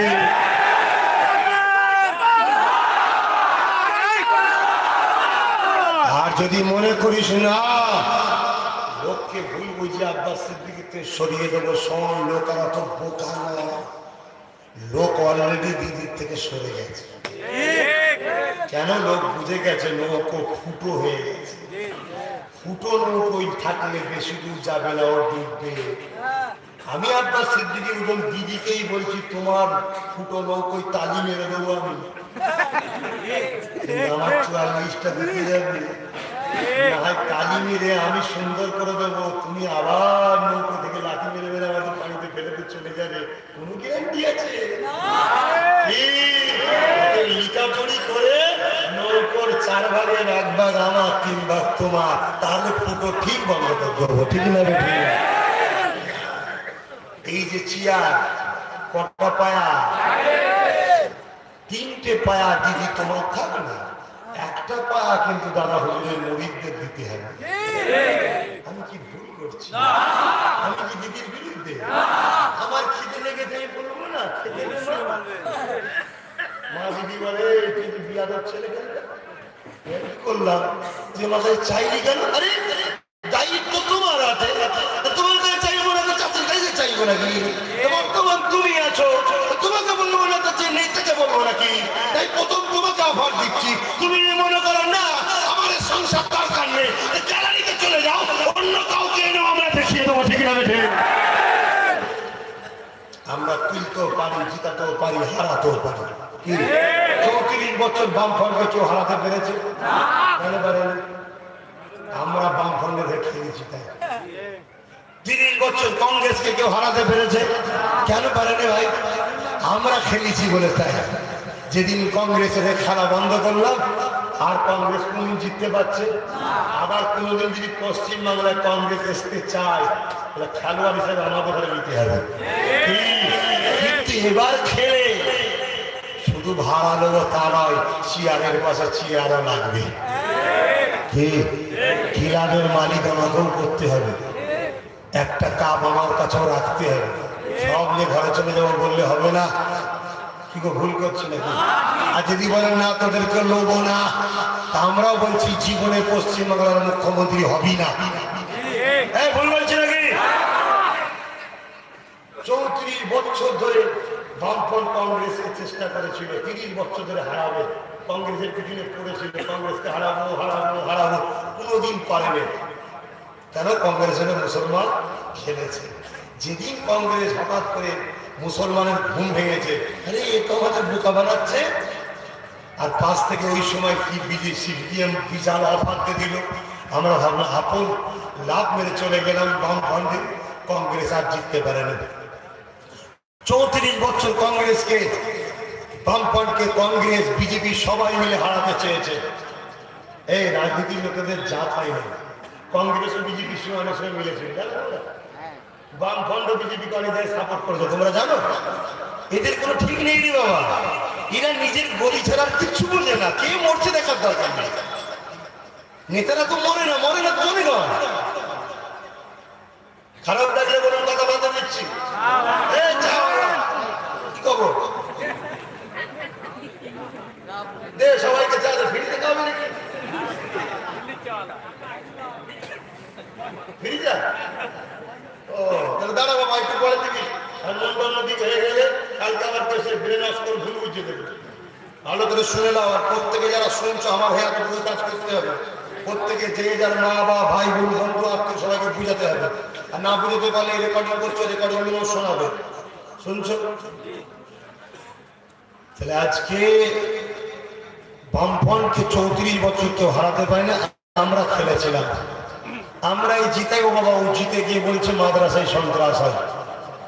আমরা সরে গেলাম, বুদ্ধদেব গ্যালারিতে চলে গেল। কি দিদিকে আল্লাহ, দিদি 10 বছর থাকার পরে আল্লাহ 22 মিনিট ধরে রাজভবনে মোদির সঙ্গে বসে বসে বেশ হাসি খুশিতে কথা বলে নিল।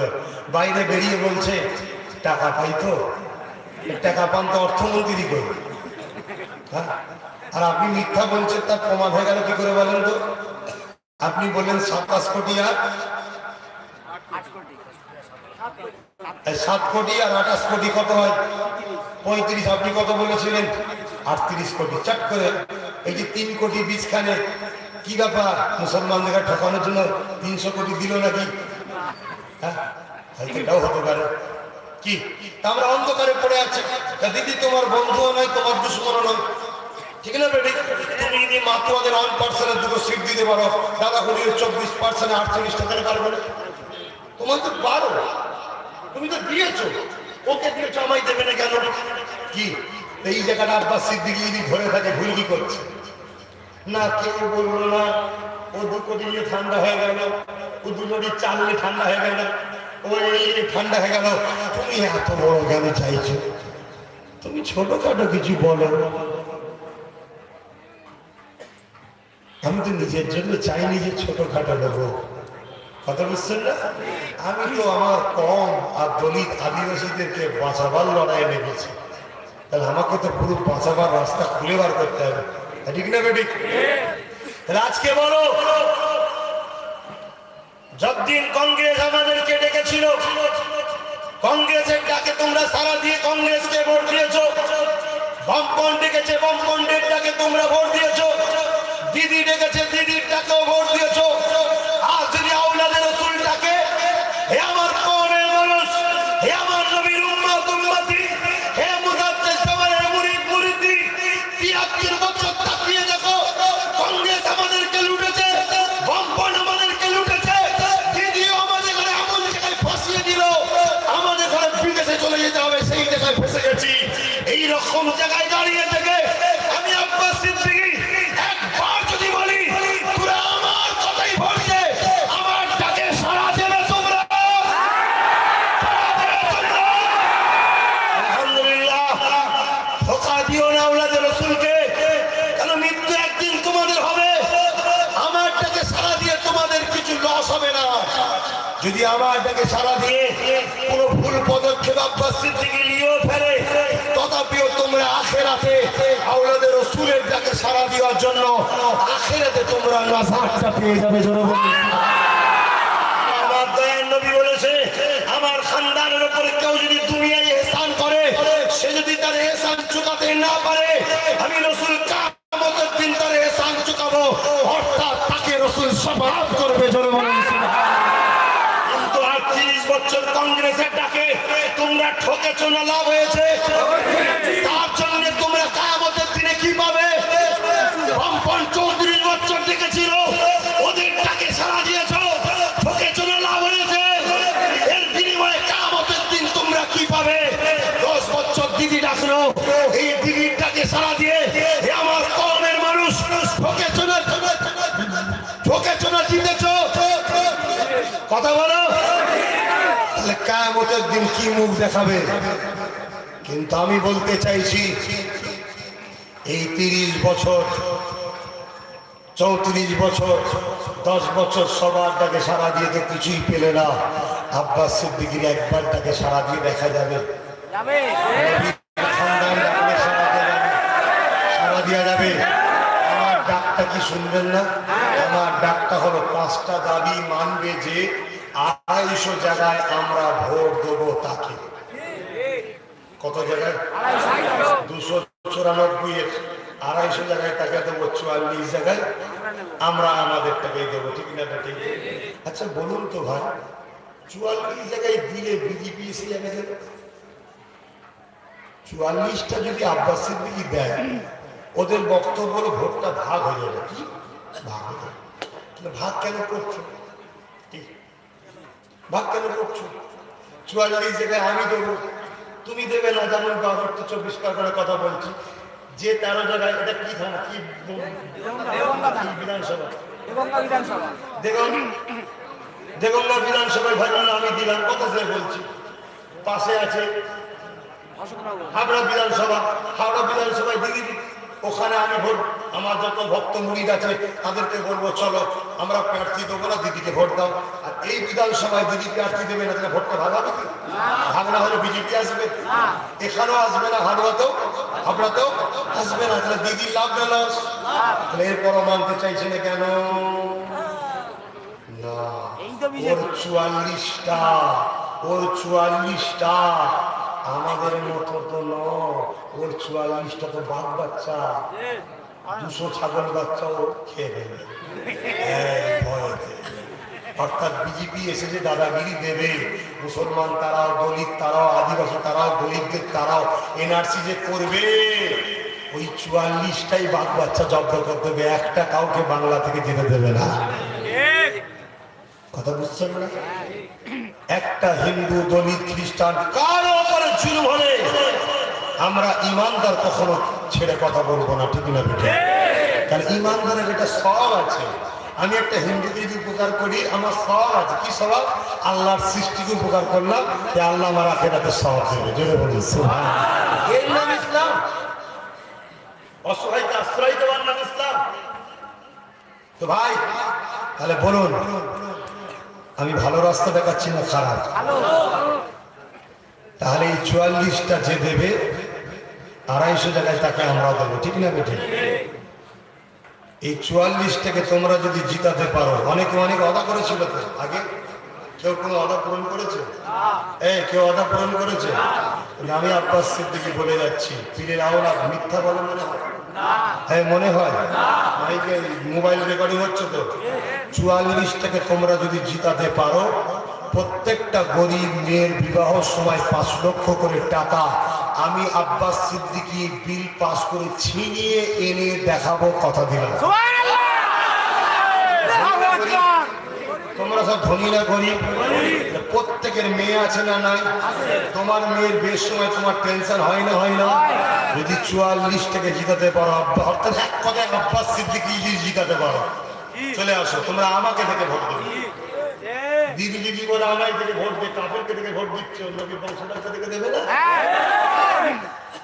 ৪৪টা যদি জিতাতে পারো, তাহলে সর্বপ্রথম কি বললাম, প্রত্যেকটা গরিব মেয়ের বিবাহ সময় ৫ লক্ষ করে টাকা পাবো। কোন টাকা? কোন রাজনৈতিক দলের নয়, সরকারের নয়, গভর্নমেন্টের নয়, মুসলমানদের ব্যক্তিগত টাকা, অকাপ সম্পত্তি। একটা মেয়ের ২০ বছরে বিয়ে হলে ৮০ কোটি টাকার মালিক। আমি মাত্র ৫ কোটি টাকা চেয়েছি, এরপরও যদি বলে সরকার দেবো না, তাহলে কেড়ে নিতে হবে, হ্যাঁ, ছিনিয়ে নিতে কার থেকে এটাকে শক্ত করতে হবে, এই হাত থেকে শক্ত করবে না। দ্বিতীয় নম্বর কি পাবে? ইমাম ভাই আর মুয়াজ্জিন ভাই শোনেন, এখনো যদি মনে হয় আব্বাস সিদ্দিকীর বিরোধী করা দরকার করুন, যদি আল্লাহ দিন দেয় সেদিন বলতে লজ্জা লাগবে না তো? হ্যাঁ, দেখুন চিন্তা করে, যা হয়েছিল ঘটে গেছে ছেড়ে দেন। এই মুহূর্তে বলবো ইমাম মুয়াজ্জিন ভাইদেরকে, আপনারা ফুটপাশে এসে আমার ইমাম অ্যাসোসিয়েশনের খাতা আছে লিখান, মুয়াজ্জিনের নাম লিখান, আমারও জানা দরকার কার সাথে আছে। কথা বুঝছেন না? ইমামদের জন্য 20,000, মুয়াজ্জিনদের জন্য 10,000। আমি কথা দিয়েছি এদের অধিকার আমি পাইয়েই দেখাবো। নবীর বংশের বাচ্চা জবান দিচ্ছে। 3 নম্বর হলো কি, প্রত্যেকটা গরিব ছেলে মেয়ে 90% উপরে যারা নাম্বার পাবে মাধ্যমিকে, তাদের সম্পূর্ণ পড়া ওয়াকাফ সম্পত্তি থেকে ফ্রি করিয়েই ছাড়বো। কথা শুনছেন না? আজকে তোমার মেয়ে 90% নাম্বার পেয়েছে, বাপ গরিব, মেয়েকে পড়ালে তো মেয়ে বড় ডাক্তার হতে পারে, তো তোমাদের মা বেটিদের আবার যখন অপারেশন হবে ডেলিভারি লেডিস ডাক্তার করবে, এটা ভালো না? হ্যাঁ, শুধু হই হই করছো, 2000 টাকার ঘুগনিতে বিক্রি হচ্ছ, তোমরাই তো সব জিতাও রে বাবা, তোমরাই তো জিতাও। আজকে তোমরা গোলাম কেন? তোমাদের ঘরে মালিক হতে হবে। আব্বাস সিদ্দিকী সেই রাস্তা দেখাচ্ছে, গেল এটা। 4 নম্বর হলো, তোমরা যদি আমাকে জিতাও, আমি আব্বাস সিদ্দিকী বলে যাচ্ছি, যার ওসিলায় দাড়ি পেয়েছি, টুপি পেয়েছি, মসজিদ পেয়েছি, মাদ্রাসা পেয়েছি, রসুল চিনেছি, আল্লাহ চিনেছি, তিনি কে? সবাই বলুন। দাদা হুজুরের নামে বিশ্ববিদ্যালয় সুপার স্পেশাল হসপিটাল করিয়েই ছাড়ব। শব্দ শেষ কথা একটাই, 44টা যদি তোমরা জিতাও, আমি আব্বাস সিদ্দিকী জবান দিয়েছি, 2 লক্ষ যুবক বেকার যারা, তাদের কর্মসংস্থান বার করিয়েই দেখাবো। কথা দিয়ে গেলাম, রেকর্ডিং হয়েছে, রেকর্ডিং হয়েছে। এবারে তোমাদের ব্যাপার, কুত্তার মতো বাঁচতে চাও না বীরের সিংহের মতো, কুকুরের মতো জীবন যাপন করতে চাও না সিংহের মতো? প্রতিটা বুথে বুথে গিয়ে 30 জন করে এক হও। কেউ যদি বুথে বলে ওর সঙ্গে দল করতে পারবি না, আব্বাস সিদ্দিকীর কাছে যেতে পারবি না, বা এখানে ভোট দিতে পারবি না, এরকম যদি বলে, তাহলে তোমার জীবনটা তো কুকুরের জীবন, পরের পথে চলতে হয় তোমাকে। কথা বললে পিটবে। তুমি বেঁচে আছো কোথায়? আজকে তোমার পাড়ার 4-5 জনকে দেখেই তোমরা ভয় করো, বোমার বন্দুক দেখে। ও বোম মারলো, বন্দুক মারলো, ও জেলে যাবে। আর যখন পুলিশ এসে তোমার চোখের সামনে মা বোনদের তুলে নিয়ে যাবে, তখন তুমি তো পুলিশ দেখে আরো ঘেবড়ে যাবে। এই শুনছেন না? অতএব বীরের মতো বাঁচো, তাতে 50 ঘন্টা বেঁচে থাকি বীরের মতো বাঁচবো। আমি আব্বাস সিদ্দিকী কখনো জান নিয়ে মায়া করি না, কারণ আমি বাঁচার জন্য দুনিয়ায় জন্মাইনি, আমি দুনিয়ায় জন্মেছি বাঁচাবার জন্য। আর পরকালে এর বিনিময়ে আল্লাহর জান্নাতে গিয়ে বাঁচবো। আমার সাথে কে কে চাও আমাদের পরের জেনারেশন, এই বাচ্চা বাচ্চা ছেলে মেয়েগুলোকে, মা বেটি গুলোর ইজ্জত বাঁচাতে নিজেদের জান লাগলে জান দিতেও রাজি আছি। কারা কারা চাও হাত তুলে দেখাও।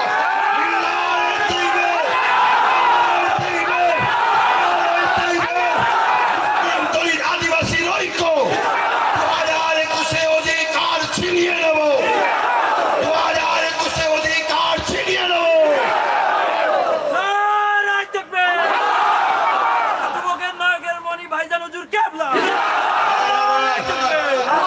আমি ভুল করছি, তোমাদেরকে বলে গেলাম 30টা করে যুবক আমার পাশে সাথ দিতে হবে, দেবে না? আর একটা কথা বলো তো দেখি, দিদি আমরা বাংলায় 10,000 বুথে অলরেডি আমরা 30 জন করেই থাকতাম, এইসব ক্যাম্পে ফ্যাম্পে নিয়ে যাওয়ার টেনশন থাকতো? দেখে দেখে যা কাগজ ফাগজ পরের কথা, একটা বুথে যদি ঢোকে 9,999টা বুথ থেকে সবাই মিলে ফোন করে দেবো, একসাথে বেরোবো আমরা। কথা বুঝছেন না? তুমি যদি বলো এমনিতে এখন বেরোনো যাবে না, নেট বন্ধ করতে পিটবে। ইউপিতে নেট বন্ধ করে দিয়েছে, কাশ্মীরে 95,000 যুবক গায়ে, আর টার্গেট কিন্তু যুবক দেখলে প্রথম করে, এটা মনে রাখবে। তোমরাই শক্তি, তোমরাই বাবাদের বডিগার্ড। তোরা সবার বিশ্বাসের জন্য এত কিছু করতে পারলি, আমার তো মাথায় ঢুকে না। হাই আল্লাহ, যে একবার নবীর বংশের বাচ্চার কথা বিশ্বাস করা যাবে না? যায় কি না যায়, আমার থেকে বেশি তোমরা বোঝো না। ওই হুজুর ফতোয়া দিয়েছে, ওই হুজুর ফতোয়া দিয়েছে। কি ফতোয়া দিয়েছে? কি ফতোয়া দিয়েছে? কেউ বলেছে ভোট দিয়ে হারাম? তারা হুজুরের সব মুরিদরা হারাম কাজ করে, আর পীর সাহেবরা বসে বসে হালুয়া রুটি খায়। হারাম কাজ থেকে বাধা দিয়ে গেল? কেউ বলেছে? কি বলেছে? কেউ বলে না তো। হ্যাঁ, কিছু মানুষ তারা বলেছে দাদা হুজুর নাকি 44টা প্রার্থী দেয়। জীবনী সবার কি সব পড়া থাকতে পারে ভাই? পরে যখন জীবনী বেরিয়ে গেছে আর কেউ বলছে সেটা বুঝে গেছে না রে, ঠিকই তো তাহার কিছু না। আর সব শেষ কথা ধরো, দাদা হুজুর দিয়েছি কি দেয়নি সব কথা রেখে দিলাম। আজকে আব্বাস সিদ্দিকী যেটা করছে, দাদা হুজুর আওলাদি করছে তো নাকি? আমি কি তোমাদের দ্বারা ক্ষতি করার জন্য করছি? আমি কি কোনো জায়গায় দাঁড়াচ্ছি? আমি কি এমএলএমপি হচ্ছি? আমারও মাঝে মাঝে রাগ হয়। আমার মাপুরকে কেউ চোখ তুলে তাকাবে না। আমার মাপুরের জন্য বাংলার কোটি কোটি যুবক বাবা আছে না নয়? আমি চাইছি তোর এই পাড়ায় যখন পুলিশ ঢুকে তোদের মা বোনের উপর জুলুম করবে, পাশের পাড়ার কেউ তোদের পাশে দাঁড়াবে না। আমি এই পাশের পাড়ার সঙ্গে তোর বন্ধুত্ব করাতে চাইছি। সব জায়গায় আপনার সিদ্দিকীকে ভালোবাসে, 30টা করে জোগাড় করছি, এখন অপরকে ফোন নম্বর দিচ্ছি, বন্ধুত্ব করিয়ে দিচ্ছি, যাতে একজন বিপদে পড়লে আব্বাস সিদ্দিকী মরে যাবে তো কি হয়েছে, এরা একে অপরের জন্য লড়বে। এই ভালোবাসাটা আব্বাস সিদ্দিকী করাচ্ছে 2016 থেকে। আজকে বর্তমান সময়ে একটা পরিস্থিতিকে সামনে রেখে আমার মাথায় একটা কথা ঢুকেছে যে আরে 22টা তো আমরাই জিতালাম। যখন CAA হলো, আমাদেরই 22টা যাকে ভোট দিয়েছি, 8টা আমাদের বিরুদ্ধে। এটা কি লোকসভা? বারাসাত। এই পাশে বসিরার লোকসভা আছে, মুসলমানদের ভোট দিয়েছি, আমরা নিশ্চিন্তে থাকবো। এটা আপনার সাথে ভুল করছে। এরপরেও যদি কেউ বিরোধী করো, আমার মনে হয় না তোমার মধ্যে দিমাগ বলে কিছু আছে। আমার মনে হয় না তুমি মোহাম্মদ রসুলকে ভালোবাসো। শুনছেন না শোনেন না? তাহলে একটা শেষ কথা, বিদায় নেব, নামাজ হবে। একদম সত্য কথা বলছেন তো সব? এখন যেটা জিজ্ঞেস করবো, আগে যে সত্য বলেছেন সেরকমই সত্য বলবেন না একটু কম সত্য বলবেন? এমনই সত্য বলবো। ঠিক কথা বলছেন, একদম আল্লাহকে সাক্ষী। আল্লাহ আপনাদের দেখছে, আমি একটা মানুষ তো, আমার ভুল হতে পারে না, কিন্তু আমি আপনাদের চোখ মুজি ভালোবাসি। সেই ভালোবাসায় এই কাজ করতে চাইছি। আব্বাস সিদ্দিকী যদি পয়সার দরকার হতো, 33 লক্ষ টাকা আমার গাড়ি কিনা ছাড়া দিয়েছিল না তোমরা? দিনই তোমরা 33 লক্ষ টাকা আমার দাম করার কি দরকার ছিল? কিন্তু আমায় দিয়েছে। আমি যদি নিয়ে নিতাম তোমরা অখুশি হতে? তোমাদের কাছ থেকে আমার করবো যতদিন বাঁচবো দিতে হবে। এটা পাও না ভাই, ভাই কালে অধিকার নেই। কিসের ভাই? তাহলে অধিকার এটা তোমার বাপ আমার বাপকে দিয়েছে, তোমার দাদা আমার দাদাকে, তোমার পদ্মাও নদী জামানকে দিয়েছে, তোমাদের লিগে মসজিদ মাদ্রাসা সব করেছে, আবার তোমাদের নিয়ে আমরা করছি। 3 দিন ঈশান সরে যেতে হবে, নলে সিটি মাঠে সকাল 8টার মধ্যে পৌঁছে যাবে। ওখানে গিয়ে গোসল করে ফেলে এসে নদী আছে ঘাট করে দিচ্ছি, ওখানে 3 দিন প্রোগ্রাম হবে, থাকবে। 12টা থেকে 2টো পর্যন্ত আমি জলসা করবো, কথা শুনছেন না? 2টোর পরে খাওয়ান দাওয়ান হবে, তারপরে আবার সবাই দরবারে চলে আসবে। কারণ দিনের বেলা ওখানে জলসা হয়নি, দরবারে বেকার লোক ঘুরে এদিক সেদিক ঘুরে বেড়ায়, ওখানে বসে ওয়াজ করলে শুনলে অসুবিধা আছে? আবার এইটা কেন কাটিয়ে দেয় তাও যে যা খুশি করবে যায়। আমি একটা সত্য কথা বলছি, তোমরা আমাকে দিল প্রাণ থেকে বাপ মা ভাই বোন সন্তানের মতো ভাইয়ের মতো কি মেনে নিয়েছো? হাত তুলে দেখা, মেনেছো? মেনেছো? মেনেছো? তাহলে তোমার বাচ্চা যদি ভুল করে আমাকে ডেকে শোনাবে, আমার থেকে সরে গেলে হবে না। আমাকে বাদ দেয়, ছেলে যদি ভুল করে বাদ দেয়, ডেকে শোনাতে হবে। আজকে আব্বাস সিদ্দিকী 44কে যখন বললো, যদি আপনি আমার বাপ হন, আপনি আমার যদি চাচা হন, আপনি আমার যদি ভাই হন, তাহলে আমাকে উচিত ডেকে শোনানো দরকার ছিল। কি হ্যাঁ, তাহলে আপনারা আমার ভুল হলে ডেকে শোনানো দরকার না? তাহলে আজকে বলুন, শেষ একটা সাক্ষী দেন মুরব্বী বাপেরা আর যুবক ভাইরা, মা বোনেরা তো দূরে, তোমরা সাক্ষী দিয়ে আমাকে জানাবে। আমার শেষ কথা, আব্বাস সিদ্দিকী করছে না ঠিক করছে? হাত আল্লাহকে দেখিয়ে, আল্লাহকে দেখিয়ে, আল্লাহকে দেখিয়ে হাত নামান। তাহলে আমি আগাবো না পিছাবো? তোমাদের কষ্টের কথা বলবো, তোমাদের অধিকারের কথা বলবো, তোমাদের জন্য লড়বো, তোমাদের জন্য ছিনবো। কথা দিচ্ছ তো নাকি? তাহলে আব্বাস সিদ্দিকীর উপরে কেউ যদি জুলুম করে, তাকে বুঝাবে, বুঝাবে, বুঝাবে। 3 বার বুঝাবার পরে যদি নাও বোঝে, তার থেকে মুখ ঘুরিয়ে নেবে। শুনছো? ঝগড়া করতে যাবে না। আর যদি তোমাদের উপরে জুলুম করে, আল্লাহ তার বিচার করবে, আমি বলে গেলাম। শুনছো? মার খেতে হবে বাপ, খেতে রাজি আছো? মার খেতে রাজি আছো? মার খেতে রাজি আছো? আলহামদুলিল্লাহ, হাত নাড়াও। কিন্তু যারা আমার ভাইদেরকে মারবে, তাদের উপরে বলি, শোন, আমার ভাইগুলোকে তো অনেক বুঝাচ্ছি, মারবি না, রক্ত গোস্তে তৈরি রে বাবা। ফটো যদি মাথা উল্টো গরম হয়ে যায়, এত মারবে পাঞ্জাবি ব্লাউজ হয়ে যাবে। কথা বুঝছেন না? পায়জামা আন্ডারপ্যান্ট হয়ে যাবে। অতএব তখন দিশে হারা খুঁজে পাবি, তখন যেন বলবি না আব্বাস সিদ্দিকী লোক মেরেছে, আমার ছেলেদেরকে ঘাটাসনি বাবা। ভালো না লাগে, তোর যাকে ভালো লাগে তুই তাকে ভালো কথা। ঠিক, তুই যদি বলি আব্বাস সিদ্দিকী সংগঠন করা যাবে না, আমি তাহলে বলবো বামপন্থী কংগ্রেস টিএমসি করা যাবে না। কারণ দেশ তো তোর বাপের নয়, আর আমার বাপেরও নয়, দেশ তো সবার। কি ঠিক না বেটি? আর হিসাব অনুযায়ী দেখতে গেলে পৃথিবী আমার রসুলের জন্য তৈরি করেছে, সেই জায়গায় এই পৃথিবীর উপর জোর থাকতে গেলে নবীর খানদানদের আছে। জোরে বলুন, জোরে বলুন। ভারতবর্ষ গরিবে নওয়াজের ভারতবর্ষ, দেখতে গেলে গরিবে নওয়াজের না নবীর প্রিয়। নবী যদি প্রিয় হয়, নবীর বাচ্চাকে ধোঁকাবাজ। আপনাদের কাছে জান প্রিয় না নবীর বাচ্চার জবানের মর্যাদাকে রাখা আগে? জোরে বলুন, হাত তুলে দেখান। আলহামদুলিল্লাহ। একটা শেষ সাক্ষী দেন, শেষ। আমি আব্বাস সিদ্দিকী তোমার নবীর খানদানের বাচ্চা, আমি যদি বলি বিজেপি কে ভোট দে, আমার কথা শুনে বিজেপি কে কারা ভোট দেবে? হাত তুলে দেখান। দেবে? এটা হলো তোমাদের প্রেম। এবার আমার উপরে দায়িত্ব একটা আছে, কি? মানুষকে বোঝানো, ঠিক না বেটে? আমি তোমাদেরকে শিক্ষা দিয়েছি। কি শিক্ষা? খবরদার বিজেপিকে ভোট দেওয়া যাবে না। কেন যাবে না? বিজেপি হলো কোরআনের দুশমন। কি যদি বলো? কেন? কোরআনের যে দুশমন, তার মানে সে আল্লাহর দুশমন। আল্লাহ দুশমনকে যে আমি সাপোর্ট করি, তার মানে আমি আল্লাহর দুশমন। ঠিক না বেটি? আমরা সব হারাতে পারি, ইমান হারাতে পারবো না।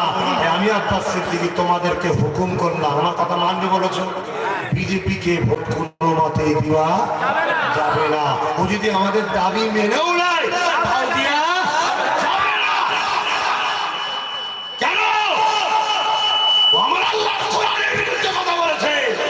ঠিক না বেটি? অতএব ওর উপরে খোদার গজব হবে। ওকে যে সাপোর্ট করবে তার উপরে খোদার গজব হবে। বিজেপির উপরে, টিএমসির উপরে গজব কেন বুঝতে পারছেন? ও সাপোর্ট করেছে তাই। অতএব টিএমসি যদি বাঁচতে চায়, বিজেপির হাত ছাড়তে হবে। শুনছেন না শোনেননি? বিজেপির হাত ছেড়ে দিয়ে আহলে সুন্নাত ওয়াল জামাতের দাদা হুজুরের মুরিদদের দাবি মেনে নিতে হবে, তাহলে বাঁচবে না, বাঁচতে পারবে না।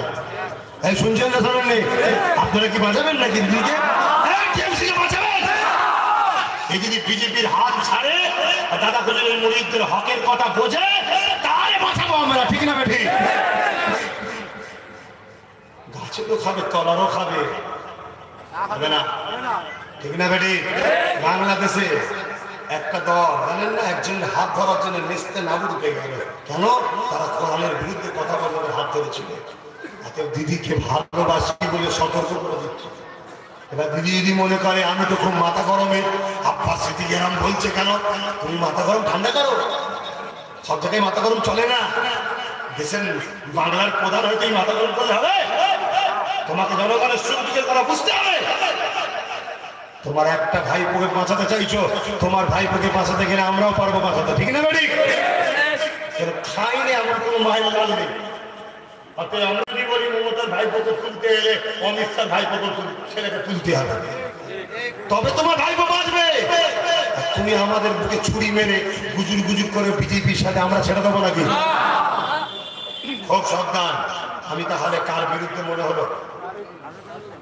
আমি শুধুমাত্র বিজেপির বিরুদ্ধে বর্তমান, বাকি কারো বিরুদ্ধে নয়। আর কারো বন্ধু কেউ নয় আমার। যদি কেউ বন্ধুত্ব করতে চায় আমাকে 5টা দিতে হবে। আচ্ছা বেদার হলেন না তো? একটু সালাম দিয়ে নি।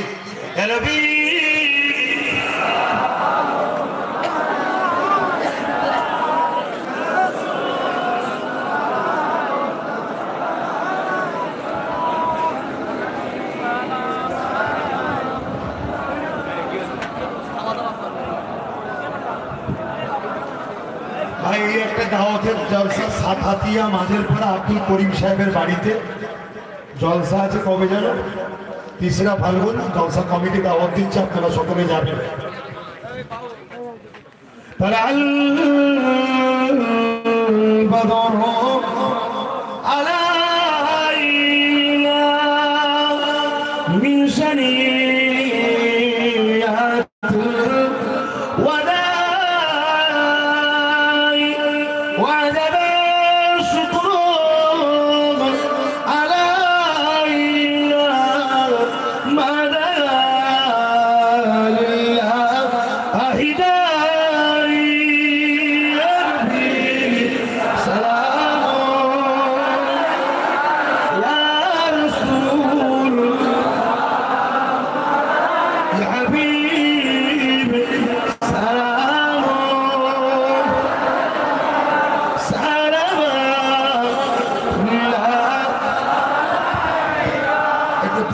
সকলকে আগে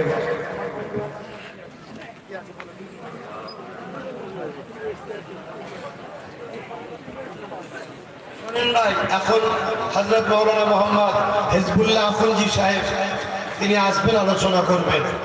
আপনারা সকলে শুনবেন। আরো ওলামারা আছেন, খুব সুন্দর ওয়াজ করেন। হিজবুল্লাহ ভাই নিয়ে আছেন, খুব ভালো ওয়াজ করেন। আপনারা শুনবেন। আমি বিদায় নিচ্ছি। 3 দিন ইসাল সাহেব কে দাওয়াত দিয়েছে? কে দাওয়াত দিয়েছে? দাদা হুজুরের মেহমানদের দুপুরবেলা নলেজ সিটি মাঠের খাওয়া দাওয়ার দাওয়াত দিলাম আমি। কথা বলছেন? কিন্তু সকাল সকাল যেতে হবে। অনেক আলোচনা আছে, অনেক আলোচনা আছে। আর সবাই যাবেন, রেকর্ডিং করবেন, এসে মা বোনগুলোকে শোনাবেন। বেশি বিপদে আছে মা বেটিরা রে। আরে যে মা 10 মাস 10 দিন গর্ভে রাখলো, সেই মায়ের ইজ্জত নিয়ে খেলা হবে। তোদের মাথায় ঢুকছে রে ভাই? হ্যাঁ, 2000-3000 টাকায় বিক্রি হয়ে যাবে না তো ভোটের সময়? এখন যদি কেউ এসে বলে তাহলে 10,000 টাকা দিচ্ছি আমায় ভোট দাও, কি বিক্রি হয়ে যাবে? তাহলে কি করবে? টাকা নেবে না? হ্যাঁ, টাকাটা নেবে। আমি ফটো দিয়ে গেলাম, টাকা নেবে। শুনছো? খারাপ নয় রে বাবা, আল্লাহর কসম বলে যাচ্ছ। টাকা তোর রে, তোর তোর টাকা। তোর কত টাকা আছে জানিস? 5 বছরে 4 বছরের ইনকাম তোর মাথা পিছু। তোর জন্য যেসব আসে প্রত্যেকটা 5 বছরে 5 কোটি টাকা দেয় জনগণের সেবার জন্য। গতকালকে গেছে হাফেজে কোরআন বাচ্চা, মা যে কাঁদছে, বাবা আমার ছেলেটা হাফেজে কোরআন ভেতরে ভর্তি করেছি, সব বিক্রি হয়ে গেছে বাবা, এখন 1 লাখ টাকা লাগবে। বলুন তো, ওর এলাকার ওই বছরে 5 কোটি টাকাই তো জনগণের বিপদের সেবার জন্য দেয় আমাদের ট্যাক্সের টাকা থেকে। কিন্তু আজকে আমার 44 কেজি তোমরা কথা শুনে মেনে নিতে জিতাতে পারো, আমি ওটা সই করে নেবো। যার কাছে পাঠাবো তাকে দিতে হবে। কথা বুঝছেন না? কেন আমি যাকে জিতাতে পারি তাকে আমি ছাল ছেড়িয়ে দিতে পারি। জনগণ তো আব্বাস সিদ্দিকীর পাশে, ঠিক না? এমএলএ তো কি হচ্ছে, ঘরে ঢুকে বসে থাকতে, বেরোলেই পিটবো, বেরোলেই পিটবো। পুলিশ দেখাবি, মিলিটারি দেখাবি, আরে জনগণের কাছে পুলিশ মিলিটারি কিসে? জনগণ তো দেশের সম্পদ, জনগণের ট্যাক্সেই সব চলে। কত জুলুম করবি রে? কথা বুঝছেন না? তাহলে বলুন, আজকে তার মা কাঁদছে, আমি কি করবো? আমি নলেজ সিটি করতে গিয়ে দেউলিয়া হয়ে গেছি। ৩,০০০ কোটি টাকা খরচ এই প্রজেক্টটা তৈরি করতে।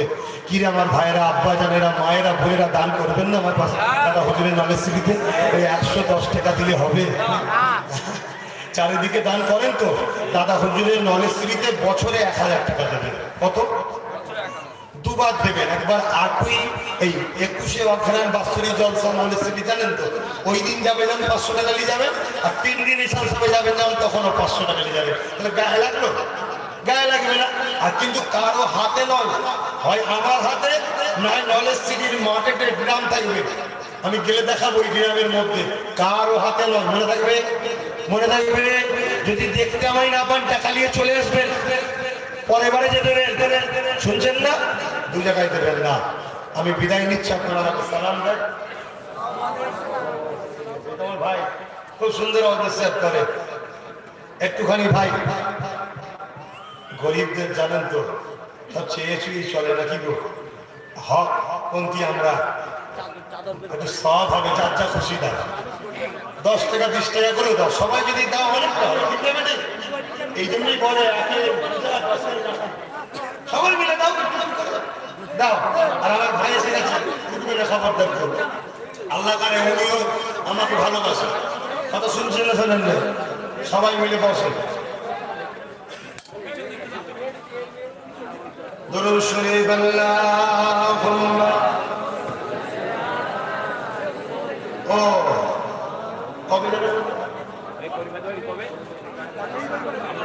এই আমার ভাইরা, করিম ভাইয়ের বাড়ি, আব্দুল করিম ভাই সাদাতিয়া, ওর বাড়িতে ৩রা ফাল্গুন সামনে রোববারে আমার আব্বা যারা আসছে মাগরিবের পরে জিকির মাহফিল করবে, একটু যাবে না? আমার ভাই হয়, আমার আব্বা এসছে, যাবে। কিছু কথা শোনা দরকার আছে, সবাই যাবে। কালকে বেড়াতে হবে, কে আছে? আমার ভাইজান মেহরাব সিদ্দিকী আর আমার চাচা যান, আমার চাচা পীর আল্লামা ইসমাইল সিদ্দিকী চাচান আসবে, যাবে। কত শুনছেন না? শোনেন না? ধান হাটায় যাবে সবাই, বলো ইনশাআল্লাহ। ভাইরা আমার,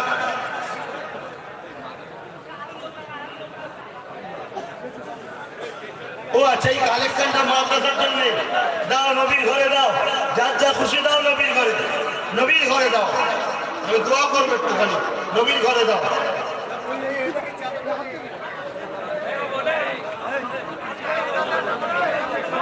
আল্লাহুম্মা আমিন। আল্লাহ, দুটো দোয়া চাইবো, না হয় আমার ভাই ভুল না বোঝে। এখন মৌলানা হিজবুল্লাহ কুঞ্জি সাহেব তিনি উঠবেন, শুধু দুটো দোয়া চাইবো। খোদা, আমি যে লড়াই নেমেছি, যদি আপনি খুশি হন, আপনার হাবিব যদি খুশি হয়, আল্লাহ দুনিয়ার সব শক্তির মোকাবেলায় রাজি আছে।